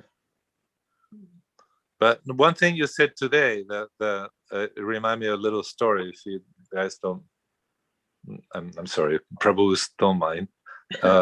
You mentioned how Prabhupada would read his books, and Srila Kirti mentioned that a few times. And we were in Los Angeles. It was 1974, and Prabhupada gave a lecture in the evening time. And when he was done, he said, "How do you like that?" Prabhupada said, "I liked it too." That's he said, "That's Paramatma." I always tell this, Prabhupada would say, "Now any question?" And sometimes there was no questions. He said, "Put some question. You know everything?" Then another time he gave such a complete lecture. He said, "Any question?" There were no questions. And he looked down at me. He said, "How can there be any question?"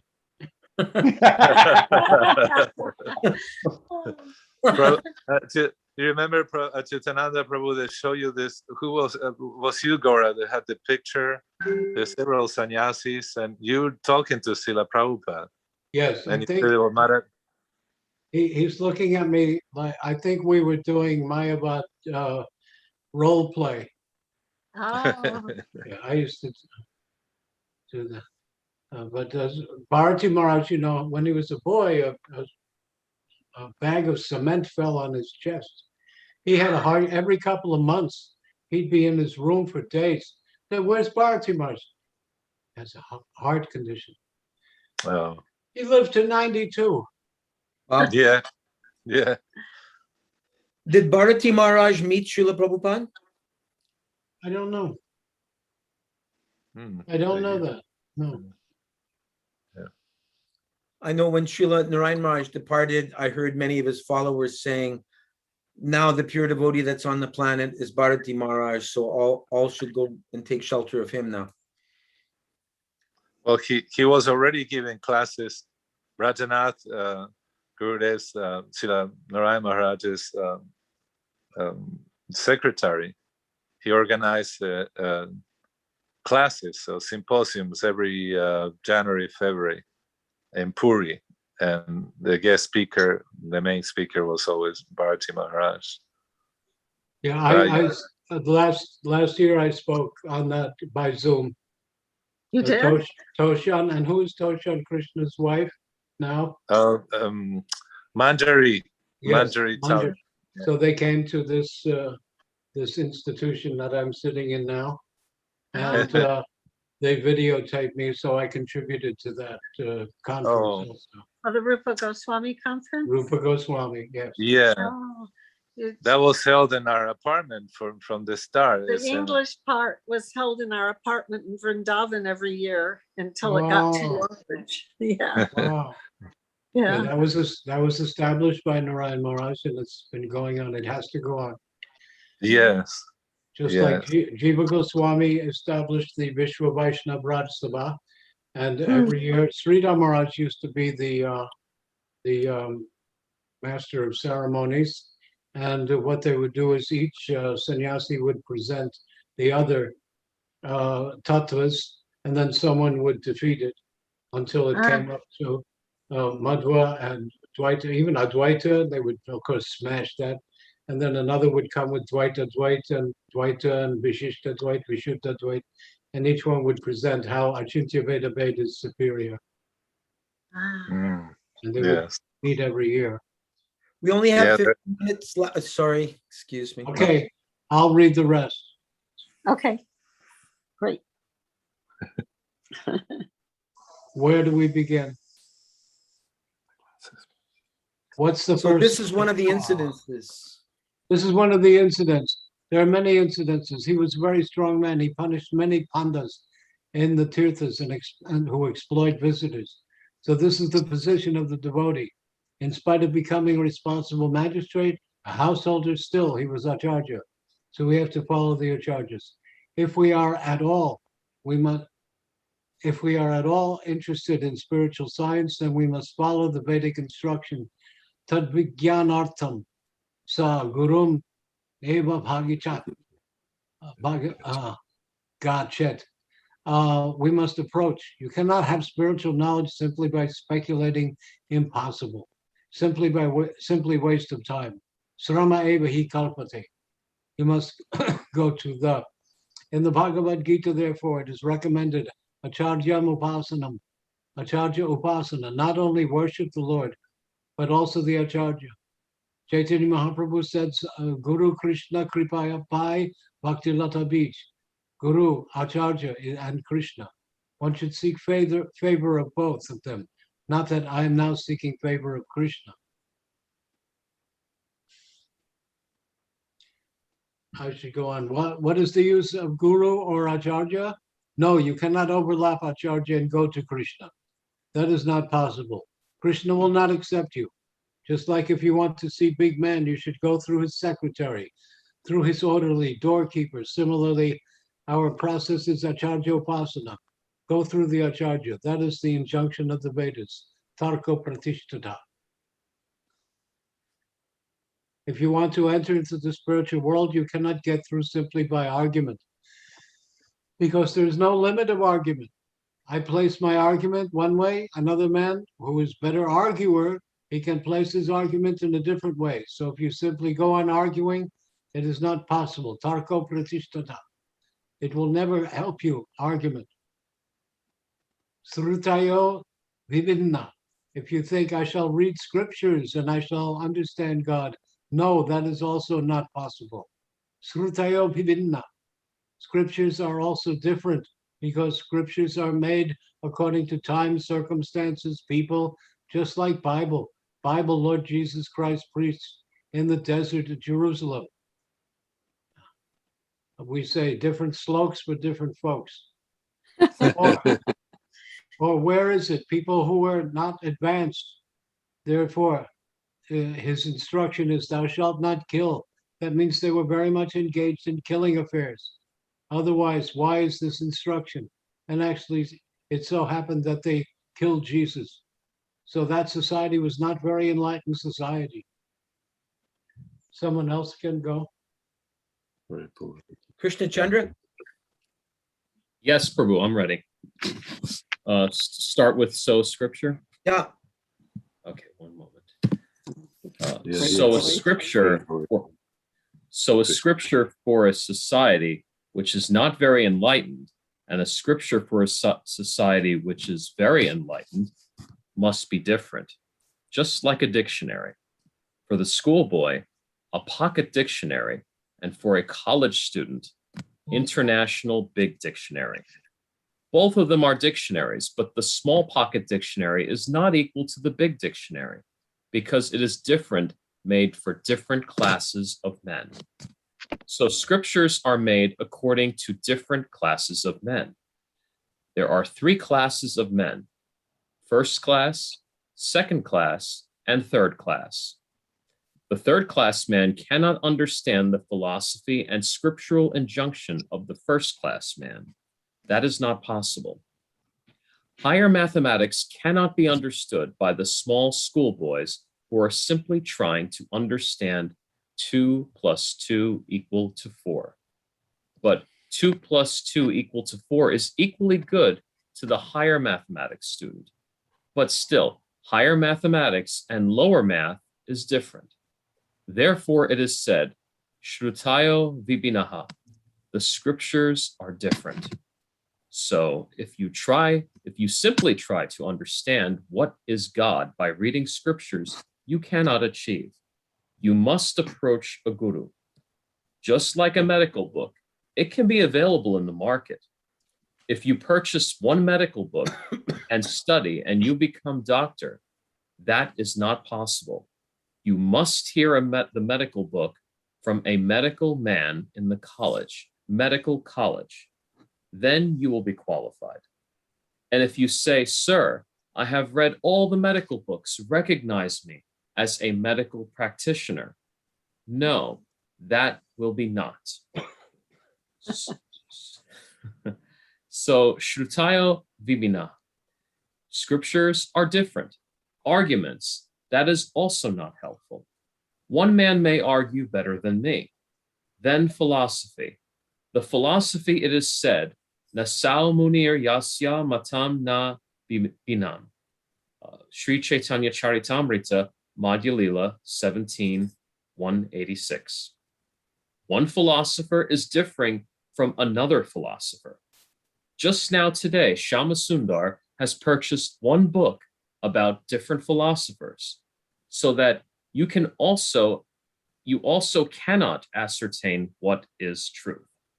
Therefore, Shastra says, Dharmasya tattvam nihitam guhayam. The truth is very confidential.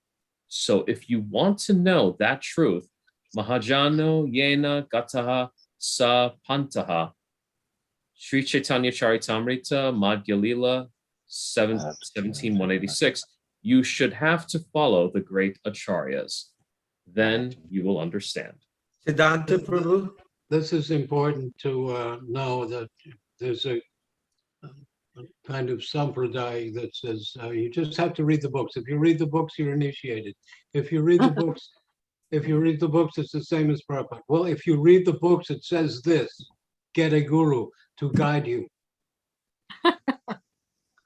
That's a big slogan of this Apa Sampradaya that's come up here. You don't need a living guru.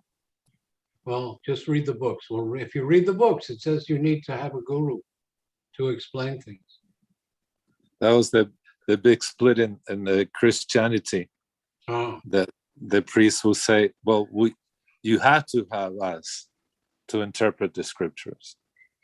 But based on politics and what was happening with the priests, then others would say, no, I mean, who wants to follow or hear from you?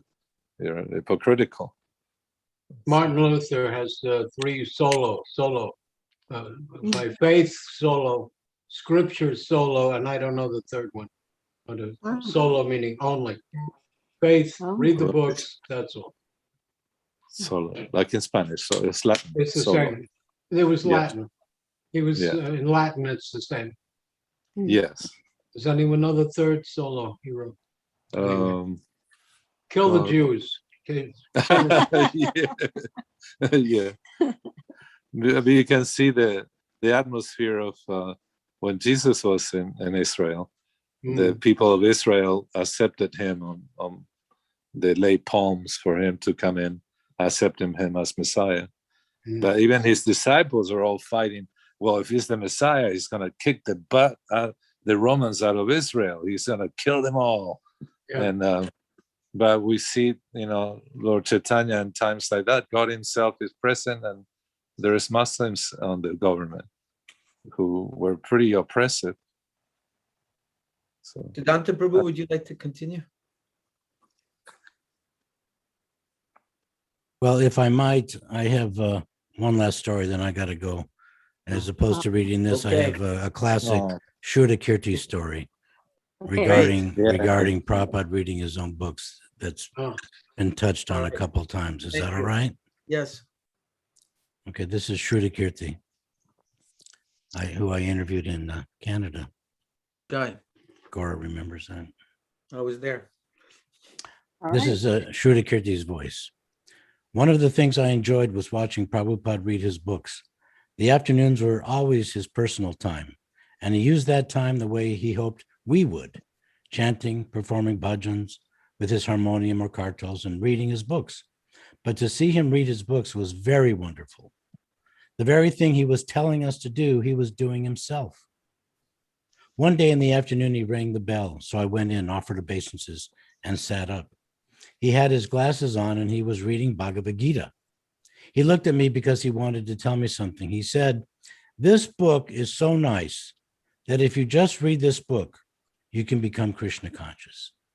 You don't have to read hundreds of books, just this one book, and you will become Krishna conscious." He kept saying it.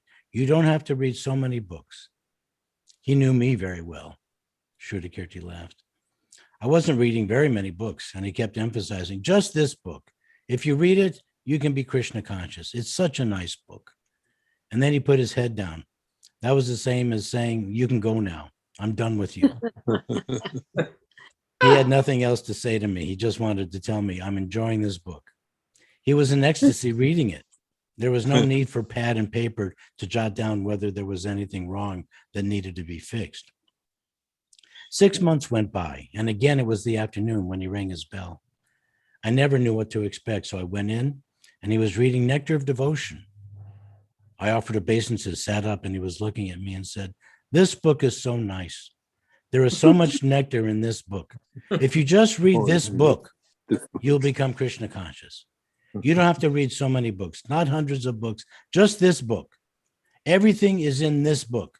Just read this book. Everything is there. He put his head down again and began reading again.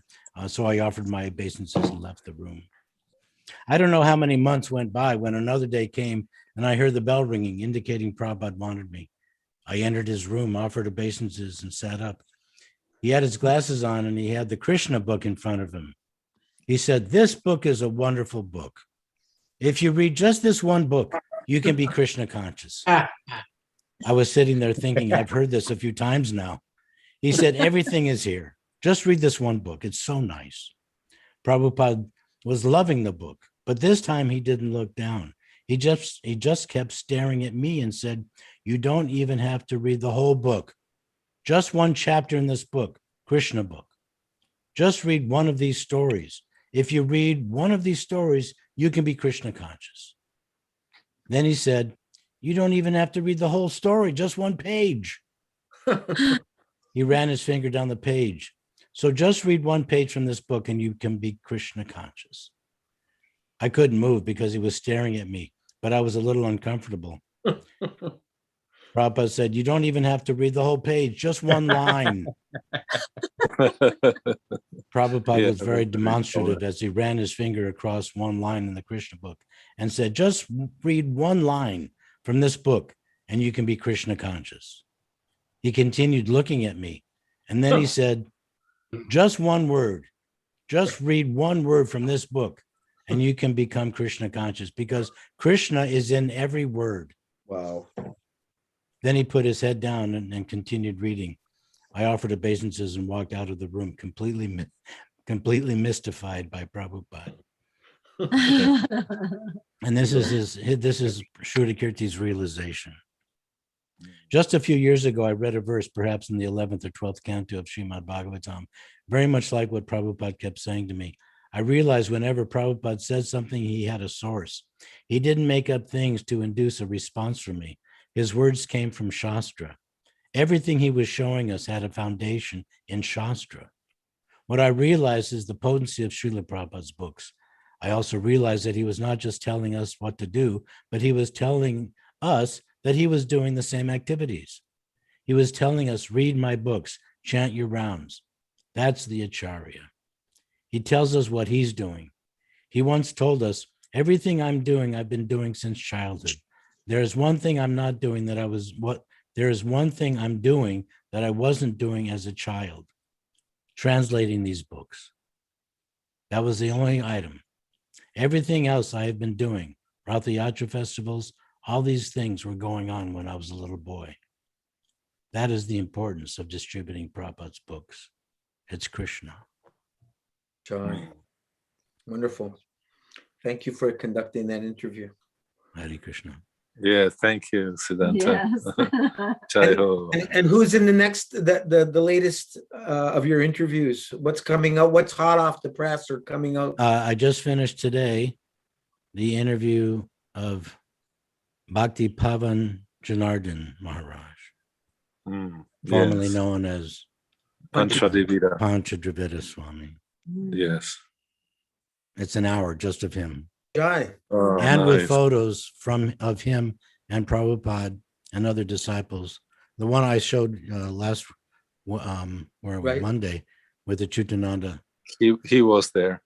He was there, but this Nitya Tripta gave me a lot of photos to use for this particular interview.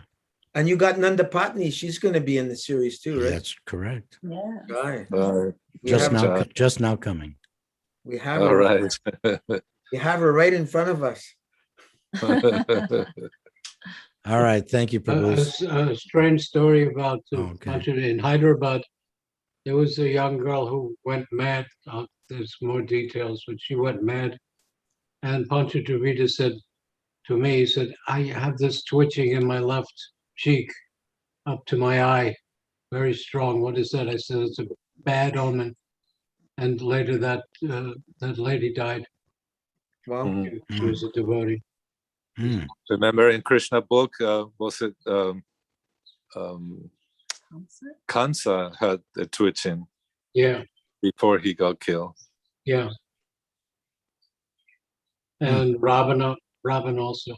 Ladies ladies get it on the right side, and men on the left. And if it's on the other way, it's a good sign. Yeah, I was gonna ask you. Rajendra Nandana Prabhu, would you like to finish off this reading for this evening, please? Well, I'm on my phone, and it's funny, when I try to go to the page, it just goes dark. So I don't know why I can't see it. So this Thank you. Bhaktivinoda Thakur's birthday, we should adore. Of course, it's disappearance, but still it's on Bhaktivinoda. We should worship because in the modern age, he reintroduced the disciplic succession from Chaitanya Mahaprabhu 500 years ago. Chaitanya Mahaprabhu taught this philosophy. But within 200 years, because this material world is so made that whatever you introduce, in due course of time, it will deteriorate. You make a nice house, but after 100 years, 200 years, or nowadays, even after 50 years, it becomes dilapidated. That is the nature's law, Kala. Time will destroy everything. Now British Empire, such a big, vast empire, now it is finished. The Kala, the time, will everything make finished. That is material. Anything material, it has birth, it has growth, it has got some opulence, then dwindling, then finished. That is the way of material. So we are interested in spiritual subject matter. Therefore, the process, Adao Guru Ashrayam, one has to accept a bona fide spiritual master. That is our process. Without accepting bona fide spiritual master, we cannot make any progress. It is impossible. So Bhaktivinoda Thakur happens to be Acharya, one of the Acharyas, and he has left behind him many books, Chaitanya Shikshamrita, Jaiva Dharma. These are very important books. They're in Bengali, in Sanskrit, and many songs. He has prepared many books of song. The song E Nam Gai Gaura Chandra Madhura Sware, that is Bhaktivinoda Thakur's song. So we are trying to present Bhaktivinoda Thakur's books, also in English translation. Gradually you will get it. So our adoration, our worship to Bhaktivinoda Thakur today, because he may bless us to make peacefully progress in Krishna consciousness, Acharya Upasana. Simply by the blessings of Acharyas, we can make very rapid progress. Vedeshu Durlabha Madurlabha Matma Bhakto, Brahma Samhita 533. If we Yasya Prasada, the Bhagavat Prasado, we sing every day by the mercy of the spiritual master, Acharya, we immediately get the blessings of Lord. Immediately, Yasya Prasadat. Yasya means whole, Prasadat, benediction, by the benediction of the spiritual master. Yasya Prasada, Bhagavat Prasada. If spiritual master, Acharya is pleased, then you should know that Krishna is also pleased. You should know through. This is not very difficult, just like you are working in office. If your immediate office is pleased, that means the proprietor of the firm is also pleased. Although you do not see him, this is fact, your immediate boss, if he's pleased. So similarly, we are business. The spiritual line is Guru Krishna Kripa. We have to first receive the material benediction from the Acharya, and then Krishna will be pleased, and he'll also give his blessings. Mad Bhakta. There's a version in the Srimad Bhagavatam, Mad Bhakta Pujibyadika. He says, Krishna says that if anyone worships me directly, and if anyone worships me through the Acharya, he's better devotee who is coming to me through Acharya. Mad Bhakta Ujabhyadika. So this Vaishnava philosophy process is go through the Acharya, servant of the servant of the servant. We should try to become a servant of the servant. Gopi Bharatu Padakamalayor Dasa Dasa Anudasa. Chaitanya Charitamrita Madhya Lila, chapter 13, verse 80. Dasa Dasa Anudasa. We should not approach the Supreme Personality of Godhead directly. That is not good. I don't know how much longer it goes on. It goes on for a little while. Well, the cursor on the side is right in the middle, so it's probably another third. Yeah. I would just like to read a quote here from Prabhupada's letters. He says to Janardhan in 1968, in Montreal, he says to him, the statements of Thakur Bhaktivinoda are so good, are as good as scriptures, because he is a liberated person. Generally, the spiritual master comes from the group of such eternal associates of the Lord, but anyone who follows the principles of such ever liberated persons is as good as one in the above mentioned group. The gurus from nature study are accepted as such on the principle that an elevated person in Krishna consciousness does not accept anyone as a disciple, but he accepts everyone as expansion of his guru. That is very high position, called Mahabhagavat.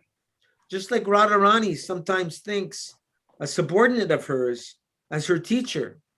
To understand devotion of Krishna, a person who is liberated acharya and guru cannot commit any mistake.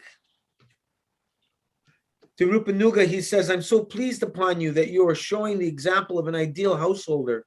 Srila Bhaktivinoda Thakur was also a householder, but he lived in such perfect Krishna consciousness that he is better than many sannyasis like us. So far as I'm concerned, I could not live like Bhaktivinoda Thakur because I was disgusted with my family members. And I was obliged to give up my family life. We take it for granted that we have dedicated our life for Krishna's service in three ways, namely in our body, mind, and words. Srila Bhaktivinoda Thakur has sung in a poetry that my mind, my body, my home is surrendered unto you.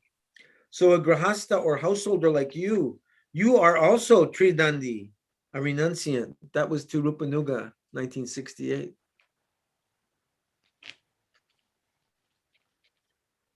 To Shivananda, he wrote, so it is not slavish. Slavish? Slavish. Slavish. Slavish. Slavish. Unless he's from Slavi.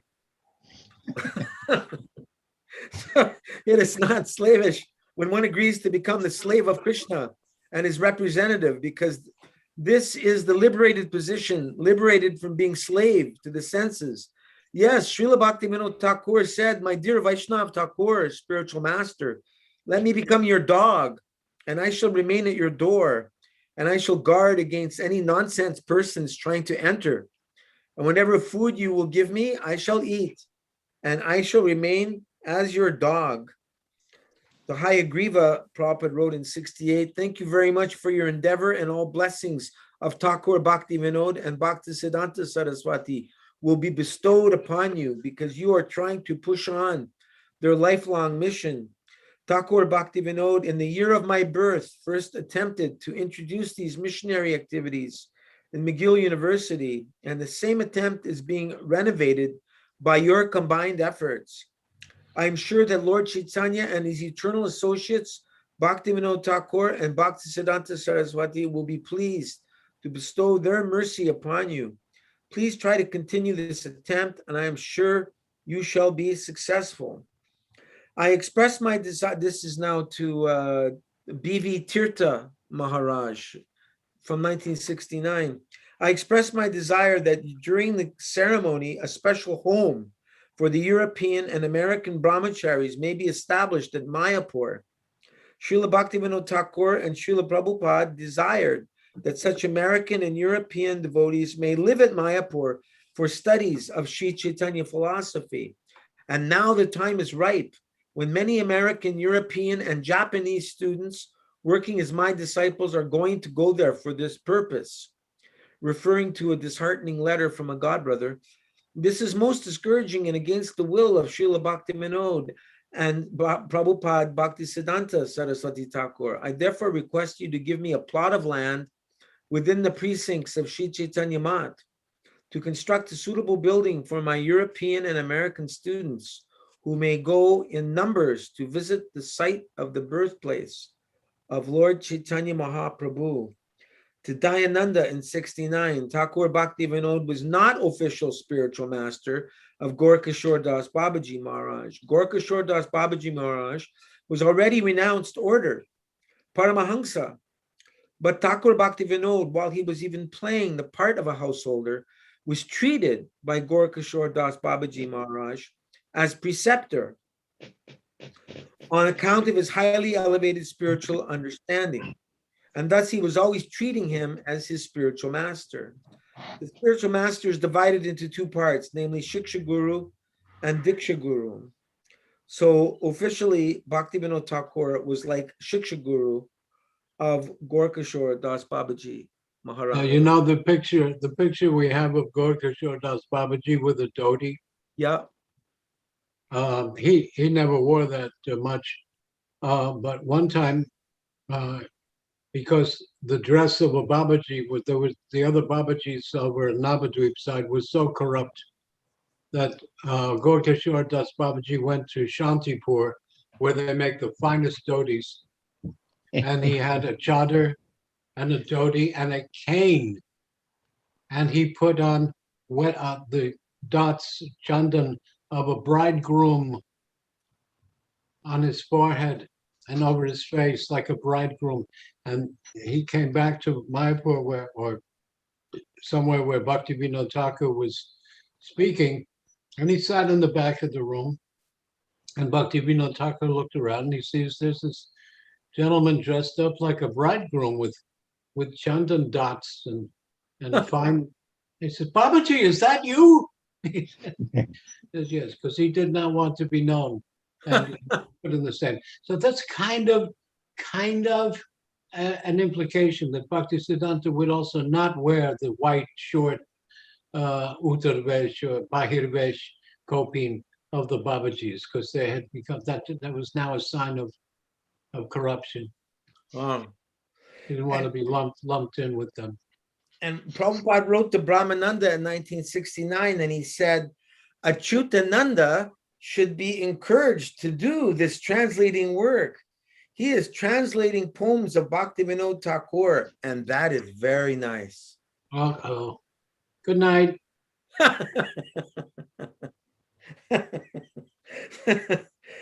And this is to Hangsadutta in 16. Now in closing.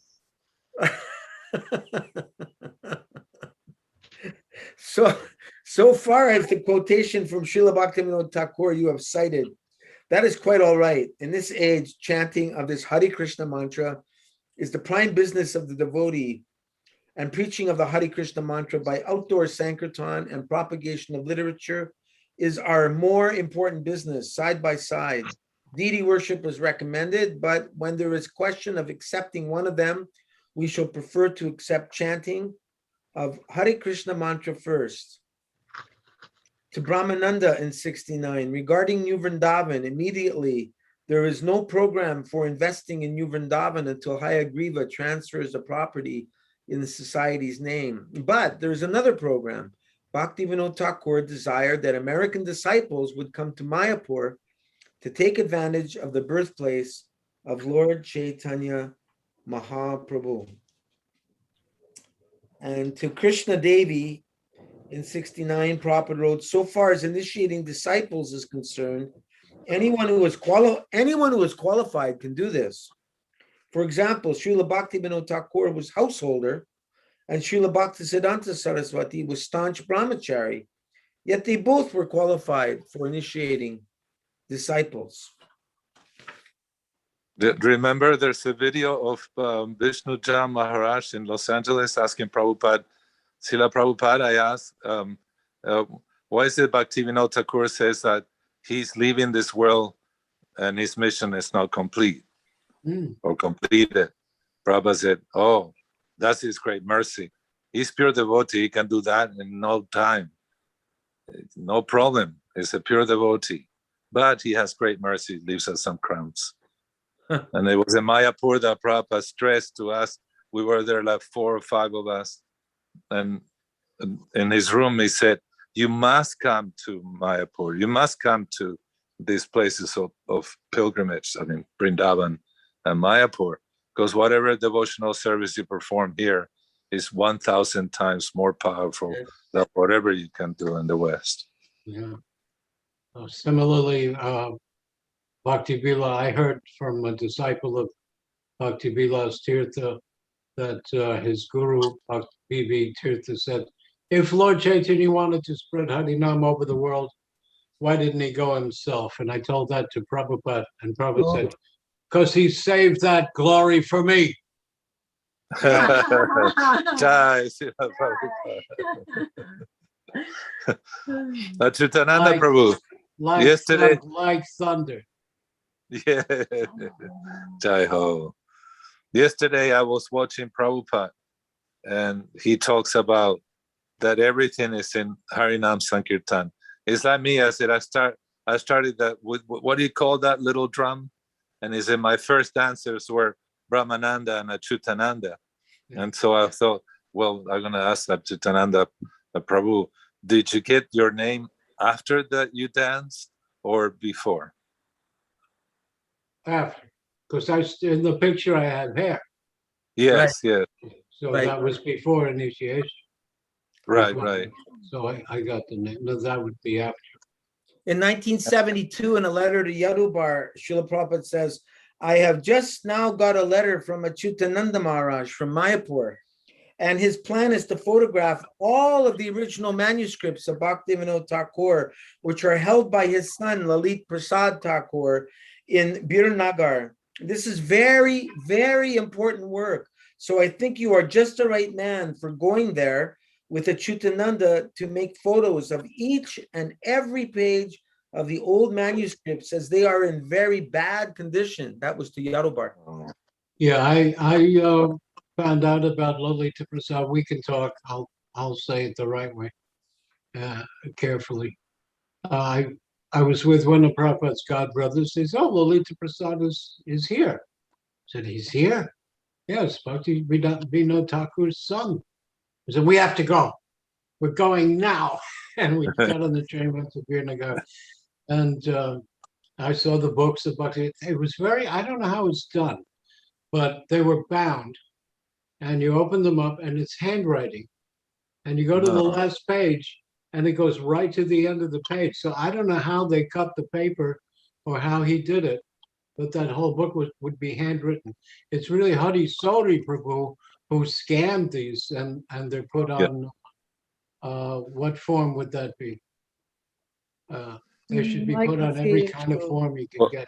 Yeah, digitized. Just like I said last time, Madhvacharya wrote a Shastra and his commentary on copper plates, and they are hidden in the South Indian mountains somewhere for Satyuga, so that there won't be any Mayavad in the next age. And the right person will know where to find them. So remember that also Sanatan Goswami, some of his writings were put in Samadhi there in Vrindavan, and Rupas too. Yeah, they're all the. Okay, I'm being corrected, but all the Goswamis, but it's at Madan Mohan. Yes. At that temple, there's a little building. And I asked the sannyas that was touring, it was showing us, and he said, "Oh, that's Granta, it's Granta Samadhi." He said the Goswami's literature is and some that it hasn't been translated. It's not, and it's something for the future. I worry. I fear though that if people know that they're there, they will steal them. Oh, you're right. So we should keep this. Maybe it's a fake. Yeah, but maybe it's a fake, and they're somewhere else. Let's spread that rumor. Yeah. Let's spread that one. They are too high. That's why they put them in Samadhi. They don't want anyone to read them, is what we were told. That they're too high, that we can read them at another time. But I don't know. That's just what they say. Yeah. To Guru Kripa and Yashodanandan in 73, Prabhupada writes, I understand that in the past you were visiting Lalit Prasad Ji, and that you may be also planning to continue to visit him when you return to India. This is not approved by me, and I request you not to go to see him anymore. He holds a grudge against my Guru Maharaj, and even if it is transcendental, it will gradually appear mundane in our eyes. Whatever is to be learned of the teachings of Srila Bhaktivinoda Thakur can be learned from our books. There is no need whatsoever for any outside instruction.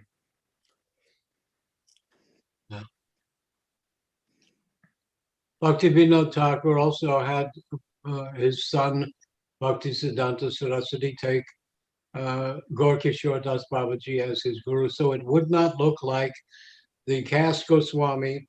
When they say that they're Nityananda bunks, it's interesting that they say bunks and not Sampradaya. because they're all relatives Right. that came. Here's the story. Okay, Vishuddha was one of Janavi, and Vishuddha are the two consorts of Nityananda. Nityananda had a son from Vishuddha named Bir Chandra. Bir Chandra was a lifelong brahmachari, so nobody can claim that they have a blood relationship descending from Nityananda. So, but Bir Chandra had many householder disciples who took charge of the temples of the Goswamis, and their sons and nephews and brothers continued that line because they inherited the property and stayed in those temples. And they gave themselves the name Goswami. It's just like people think Jesus Christ is the son of Mr. and Mrs. Christ, you know. Right. So they gave themselves the name. I saw a little girl. I said, "What's your name?" She said, "Sita Goswami." Really? The eighth Goswami, you know. So they gave themselves that name. So they claim this thing. But so Bhaktivinoda Thakur didn't want it to look like Bhaktivinoda Thakur and Sons. So, Right.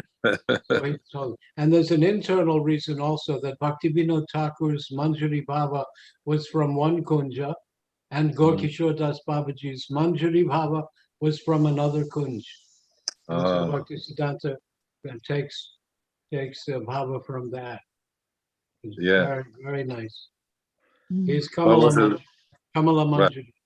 Yes. Bhaktivinoda. It's wonderful. He's waiting for Lalita to take her Narayan, by the hand. I heard it and I forgot it, and I heard it and I forgot it. Do you have Prabhupada's Manjari name? He told me, but he also took her away in my mind. Yeah. It was a very Money Manjari. It's something, maybe Bimala Money Manjari or something, Money Manjari. And Narayan Maharaj wrote that on Prabhupada's body during the Samadhi. Oh, was that what he wrote? Yes. There's several mantras that he wrote. And it's very clue, actually. Some are saying that in our sampradayas, when you put the acharya on samadhi and you write on his chest, and that person that does all that, it usually signifies he's the next in line. Yes. But it had been very fun. Yeah, sorry. Go ahead. No, go ahead.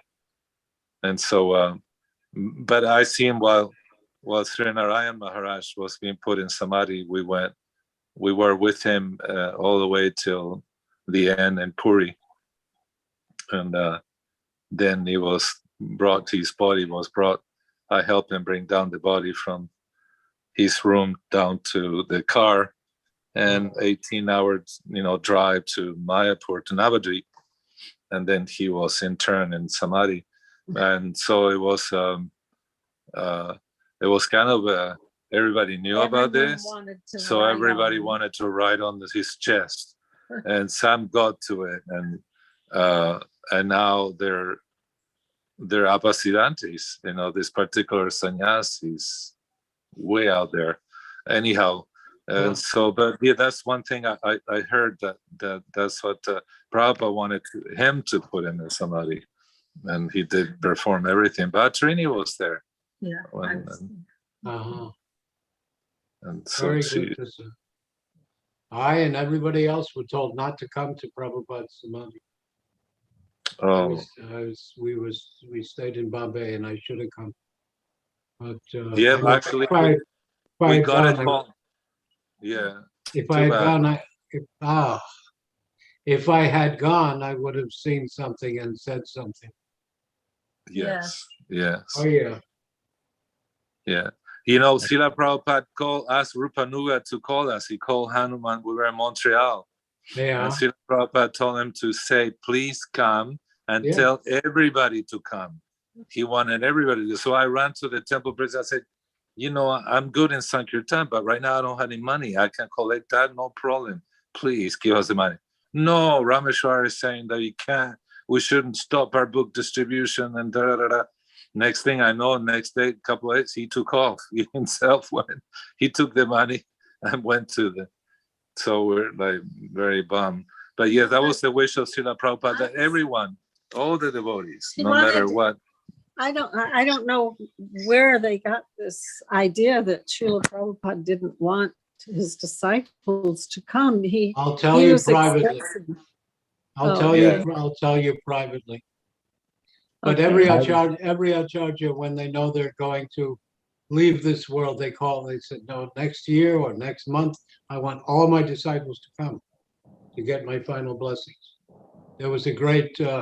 We went to a Ramanuja man's house, and I'm not good at math, but he had a kind of murti of his guru, Ramanuja guru, who lived 154 years. Mm. And because he had went to his, he passed away in 1960s or something, and he called all his disciples, and he stood up and said, "Garuda is coming," and he fell dead. But thousands of his disciples came to see him. He said, "Next year you must come to my Vyasa Puja, because all my disciples are." So this is a common thing, and the Guru wants to see all of his disciples, his children. Yeah, it was so sad. Yeah. I was there in Vrindavan also, Baba Tarini, and if you remember, we rented out Foga Ashram so that we Yes. No, I said, whoa. Sister. We put Pandal tents on the top of the Gurukula building because we knew we would have devotees sleeping there, and we were all anticipating for the whole movement to come. Right. And I also, Acyutananda Swami at the time also told me, what the story was, how the call went to Bombay and then was relayed to America, and how the brakes were put on by a couple of managers thinking it's too much money, it's getting close to the marathon instead of. But the nice thing to remember is that unlike Srila Bhaktisiddhanta Saraswati Thakur, where Srila Prabhupada said he could have lived so many more years, but he'd become disgusted because so many of his disciples were Kanishta Adhikaris. But Srila Prabhupada, on the other hand, said, "I'm very pleased with my disciples." He was very happy with all of us. And so he would have very much relished having had the association of all of us there chanting the glories of the names in his ears as he gloriously left this world. Yes. Yeah. I remember that after he left for several weeks, there was no influence of Maya at all. Everyone was thinking that Srila Prabhupada tricked us because we didn't know who Krishna was. We had no love for Krishna. But now Srila Prabhupada had gone to join Krishna, and we just loved Prabhupada. We used to be able to hop on a plane or walk or take a car. We could go see Prabhupada. But now the only way we could see him is if we had love for Krishna. Yeah. And everyone loved, there was so much love amongst the devotees at that time. No envy. But of course, we were all devastated and crying. That's one of the quotes that has stuck with me all these decades. Narayan Maharaj, when he spoke at one of the ceremonies, he said, "Your spiritual master has won your hearts." He said, "One who does not cry, shed tears when the spiritual master passes away, that the disciple has no love for his guru." And actually, there were some like that. But for the rest, it's like, Hare Krishna. Vipralamba Seva. We all got to go through that bittersweet. That's the gift that Lord Chaitanya and Rupa Goswami and our disciplic succession are offering. It's the highest mode of Krishna. Yes. They asked Srila Narayan Maharaj, what would happen? These disciples were asking him, what would happen when you're gone? And they say, you'll cry bitter tears if you're a disciple. And he said, this is the school of separation. This is the school of tears. He said, you have to enter the crying school. The crying school. If that's not there, we cannot. Kaviraj Goswami says there's no question if we are thinking that we're okay and we're great devotees, then, but if there is separation, is that feeling of that we are very insignificant, then Krishna will enter a platform of more developed Krishna consciousness. And Sri Narayana Maharaj would say many times, they say, okay, it's your turn, you speak about, now it was especially during the anniversary of Srila Prabhupada's entering Samadhi. And he would stop many times devotees from external descriptions. They say, yes, he was all that. He had all the mystic powers. And I know stories. I mean, my godbrothers have told me that. But he said, but you have to, when you see him as your best friend, then tears will come. If there is not an internal relationship developed, there's no way. I mean, you can, then we can just talk about all, how amazing this person was. And yes, he has all these achievements, immense achievements. But unless we accept him as our best friend, our everything, then there will be no tears. One of the last letters that Srila Prabhupada wrote about Bhaktivinoda Thakur was to the residents of New Dwarka. I don't know if you were there. Were you there in 76, Rajendra Nandan Prabhu, or you were in Vrindavan? No, those are my base. Maybe Baba Trini was there. I don't know. Where? 76 where? Oh, 76, I was in New York. I was in Vrindavan in 76. Prabhupada wrote to the residents of New Dwarka, Bhaktivinoda Thakur has sung Krishna se tomar, Krishna dite para, tomara shakati ache. Ami to kangala, Krishna Krishna boli, jayitava. Krishna is yours and you have the power to give him to anyone you wish. I am poor and wretched and running behind you, shouting, Krishna, Krishna. Krishna is unlimited. No one can catch him. But if someone follows the parampara, he agrees to be captured. I have one other nice quote from Srila Bhaktisiddhanta Saraswati Thakur, basically from his last days, deathbed, you could say. He was preaching to his disciples and he said, the Bhaktivinoda Dhara, the path of Bhaktivinoda, will never stop. With all your energy, devote yourself to fulfilling the desire of Srila Bhaktivinoda Thakur. There are many among you who are well qualified and able workers. We have no other wish whatsoever. And meditating upon it, it's so wonderful to see that basically the major instructions that Bhaktivinoda Thakur gave to Bhaktisiddhanta Saraswati Thakur, he gave the same instructions to Srila Prabhupada. And Srila Prabhupada, of course, has passed it down on to his disciples and his followers. So if somehow or other we can catch up the mood and participate in the mission in some way to the best of our ability, then not only are we pleasing Srila Prabhupada, but we're pleasing the previous acharyas, Bhaktisiddhanta Thakur and Bhaktivinoda Thakur. And as you read that excerpt from the London lecture, so our adoration, worship of Bhaktivinoda Thakur should be so that he may bless us to make peaceful progress in Krishna consciousness. Or simply by the blessing of the acharyas, we can make rapid advancement.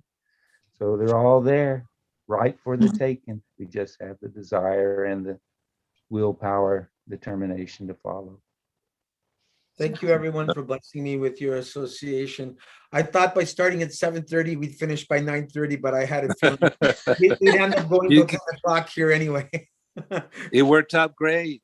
Thank you very much. You gave us a little more. Thank you. Thank you for blessing me with your association, everyone. And Jagadananda Prabhu, he's I used to be a Bhakta recruiter, but he's actually a better one than me because he managed to recruit Rajendra Nandan Prabhu tonight. So So happy Rajendra Nandan Prabhu came. Thank you so much, Rajendra Prabhu. and last time he brought Boja Dev. He's just bringing in one saint after the next. They wrote a song Thank about you. that, right? And the saints come marching in. Okay. Oh, when the saint marching in. Srila Bhaktivinoda Thakur ki jai. Jai. Prabhupada ki jai. Jai Gaur Premanandi. Hari Hari. Gadadhar Pandit ki jai. Right, we forgot to mention him. Anyway, in the future to be continued. So we're starting 7:30 Monday. Rajendra Nandan Prabhu, if you can bless us once again. Tom, I'm sorry you can't come earlier to read with us, but thank you for coming anyway, for whatever you can come. And so, yeah, we'll see everybody, Krishna willing, as Srila Bhaktisiddhanta Saraswati would say, on Monday. Maybe you could do a private Zoom at the appropriate convenient time with Tridandi Swami and then show it here. Oh. Yeah, because he's so 10 busy. He's 10 really minutes. busy. And it's 5 a.m. Yeah, doesn't work. He told me that his time, the only time possible will be like 6 p.m. his time. So, which is for us is at 2:30. It might be okay for you, Gaurav Prabhuji, to interview him then, because it'll be 8. Let me see, it'll be about 5:30 a.m.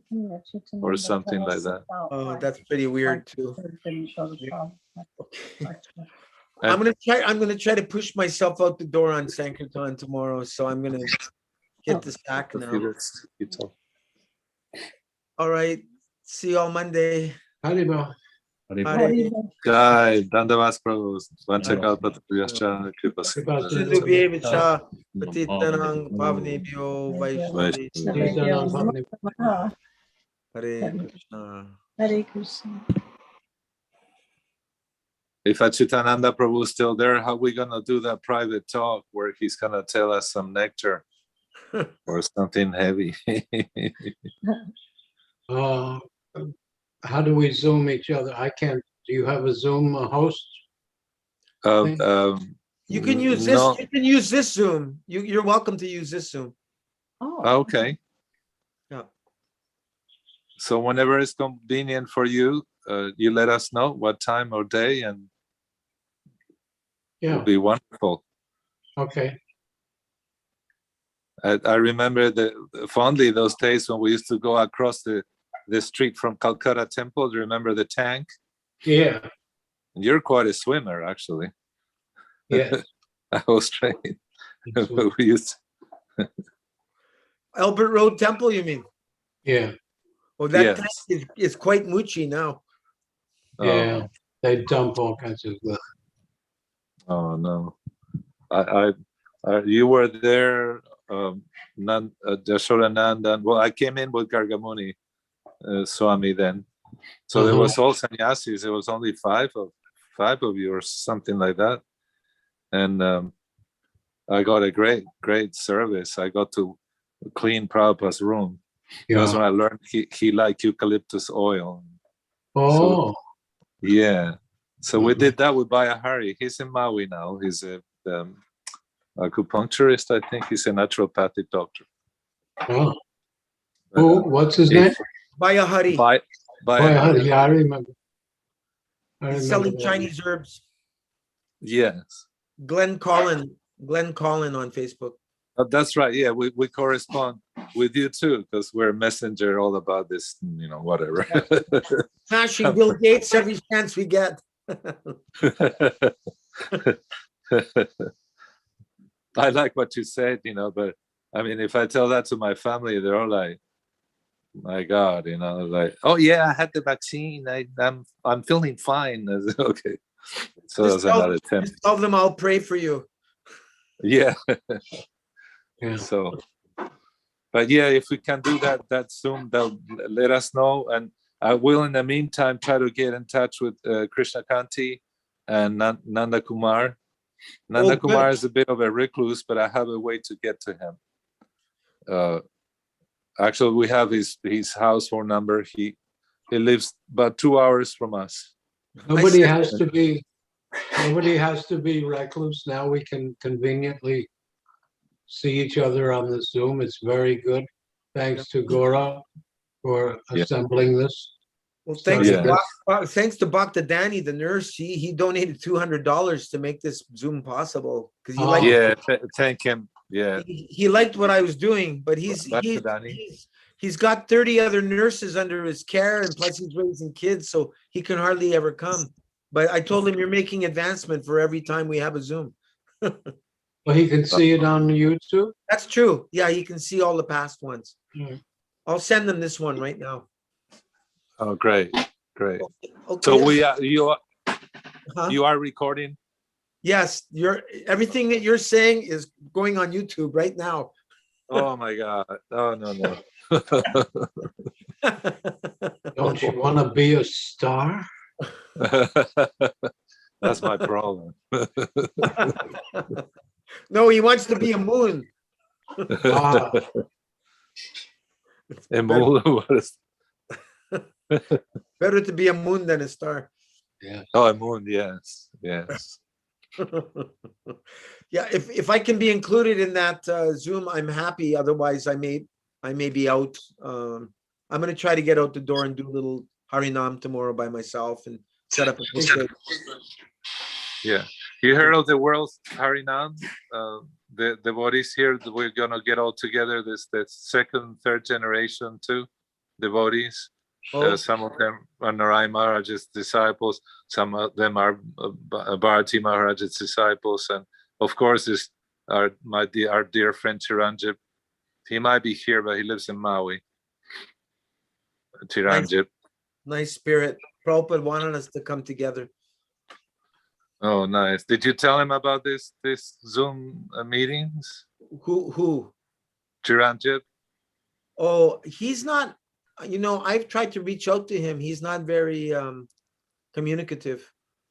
Oh, okay. Maybe Let you. I have a good rapport with him. So, Yeah, please tell him. okay. All right. Okay. Thank you. Jai again. Prabhu, I won't let you stay out much longer. Okay, thank Late. you. Good night, Thank you. everyone. Hare All Krishna. of you. Glory to Hare Prabhupada. Krishna. Hare Glory Krishna. to Prabhupada. Jai. Haribol. Haribol. Haribol, Prabhu. I love your voice. You should be speak radio or kata or I maybe told him audio. already. Thank you Yes, for this the is- nice compliment, Prabhu. It's my dream to serve the Vaishnavas with I told whatever him. I can. You got a great voice. Thank you, Prabhu. For narrative, it's fantastic. Just use Love it for to- Krishna. Use your Thank voice you. for Krishna. I would love to. Thank you so much. You are. We get to hear it every night. Thank you. Hare Krishna. Haribol.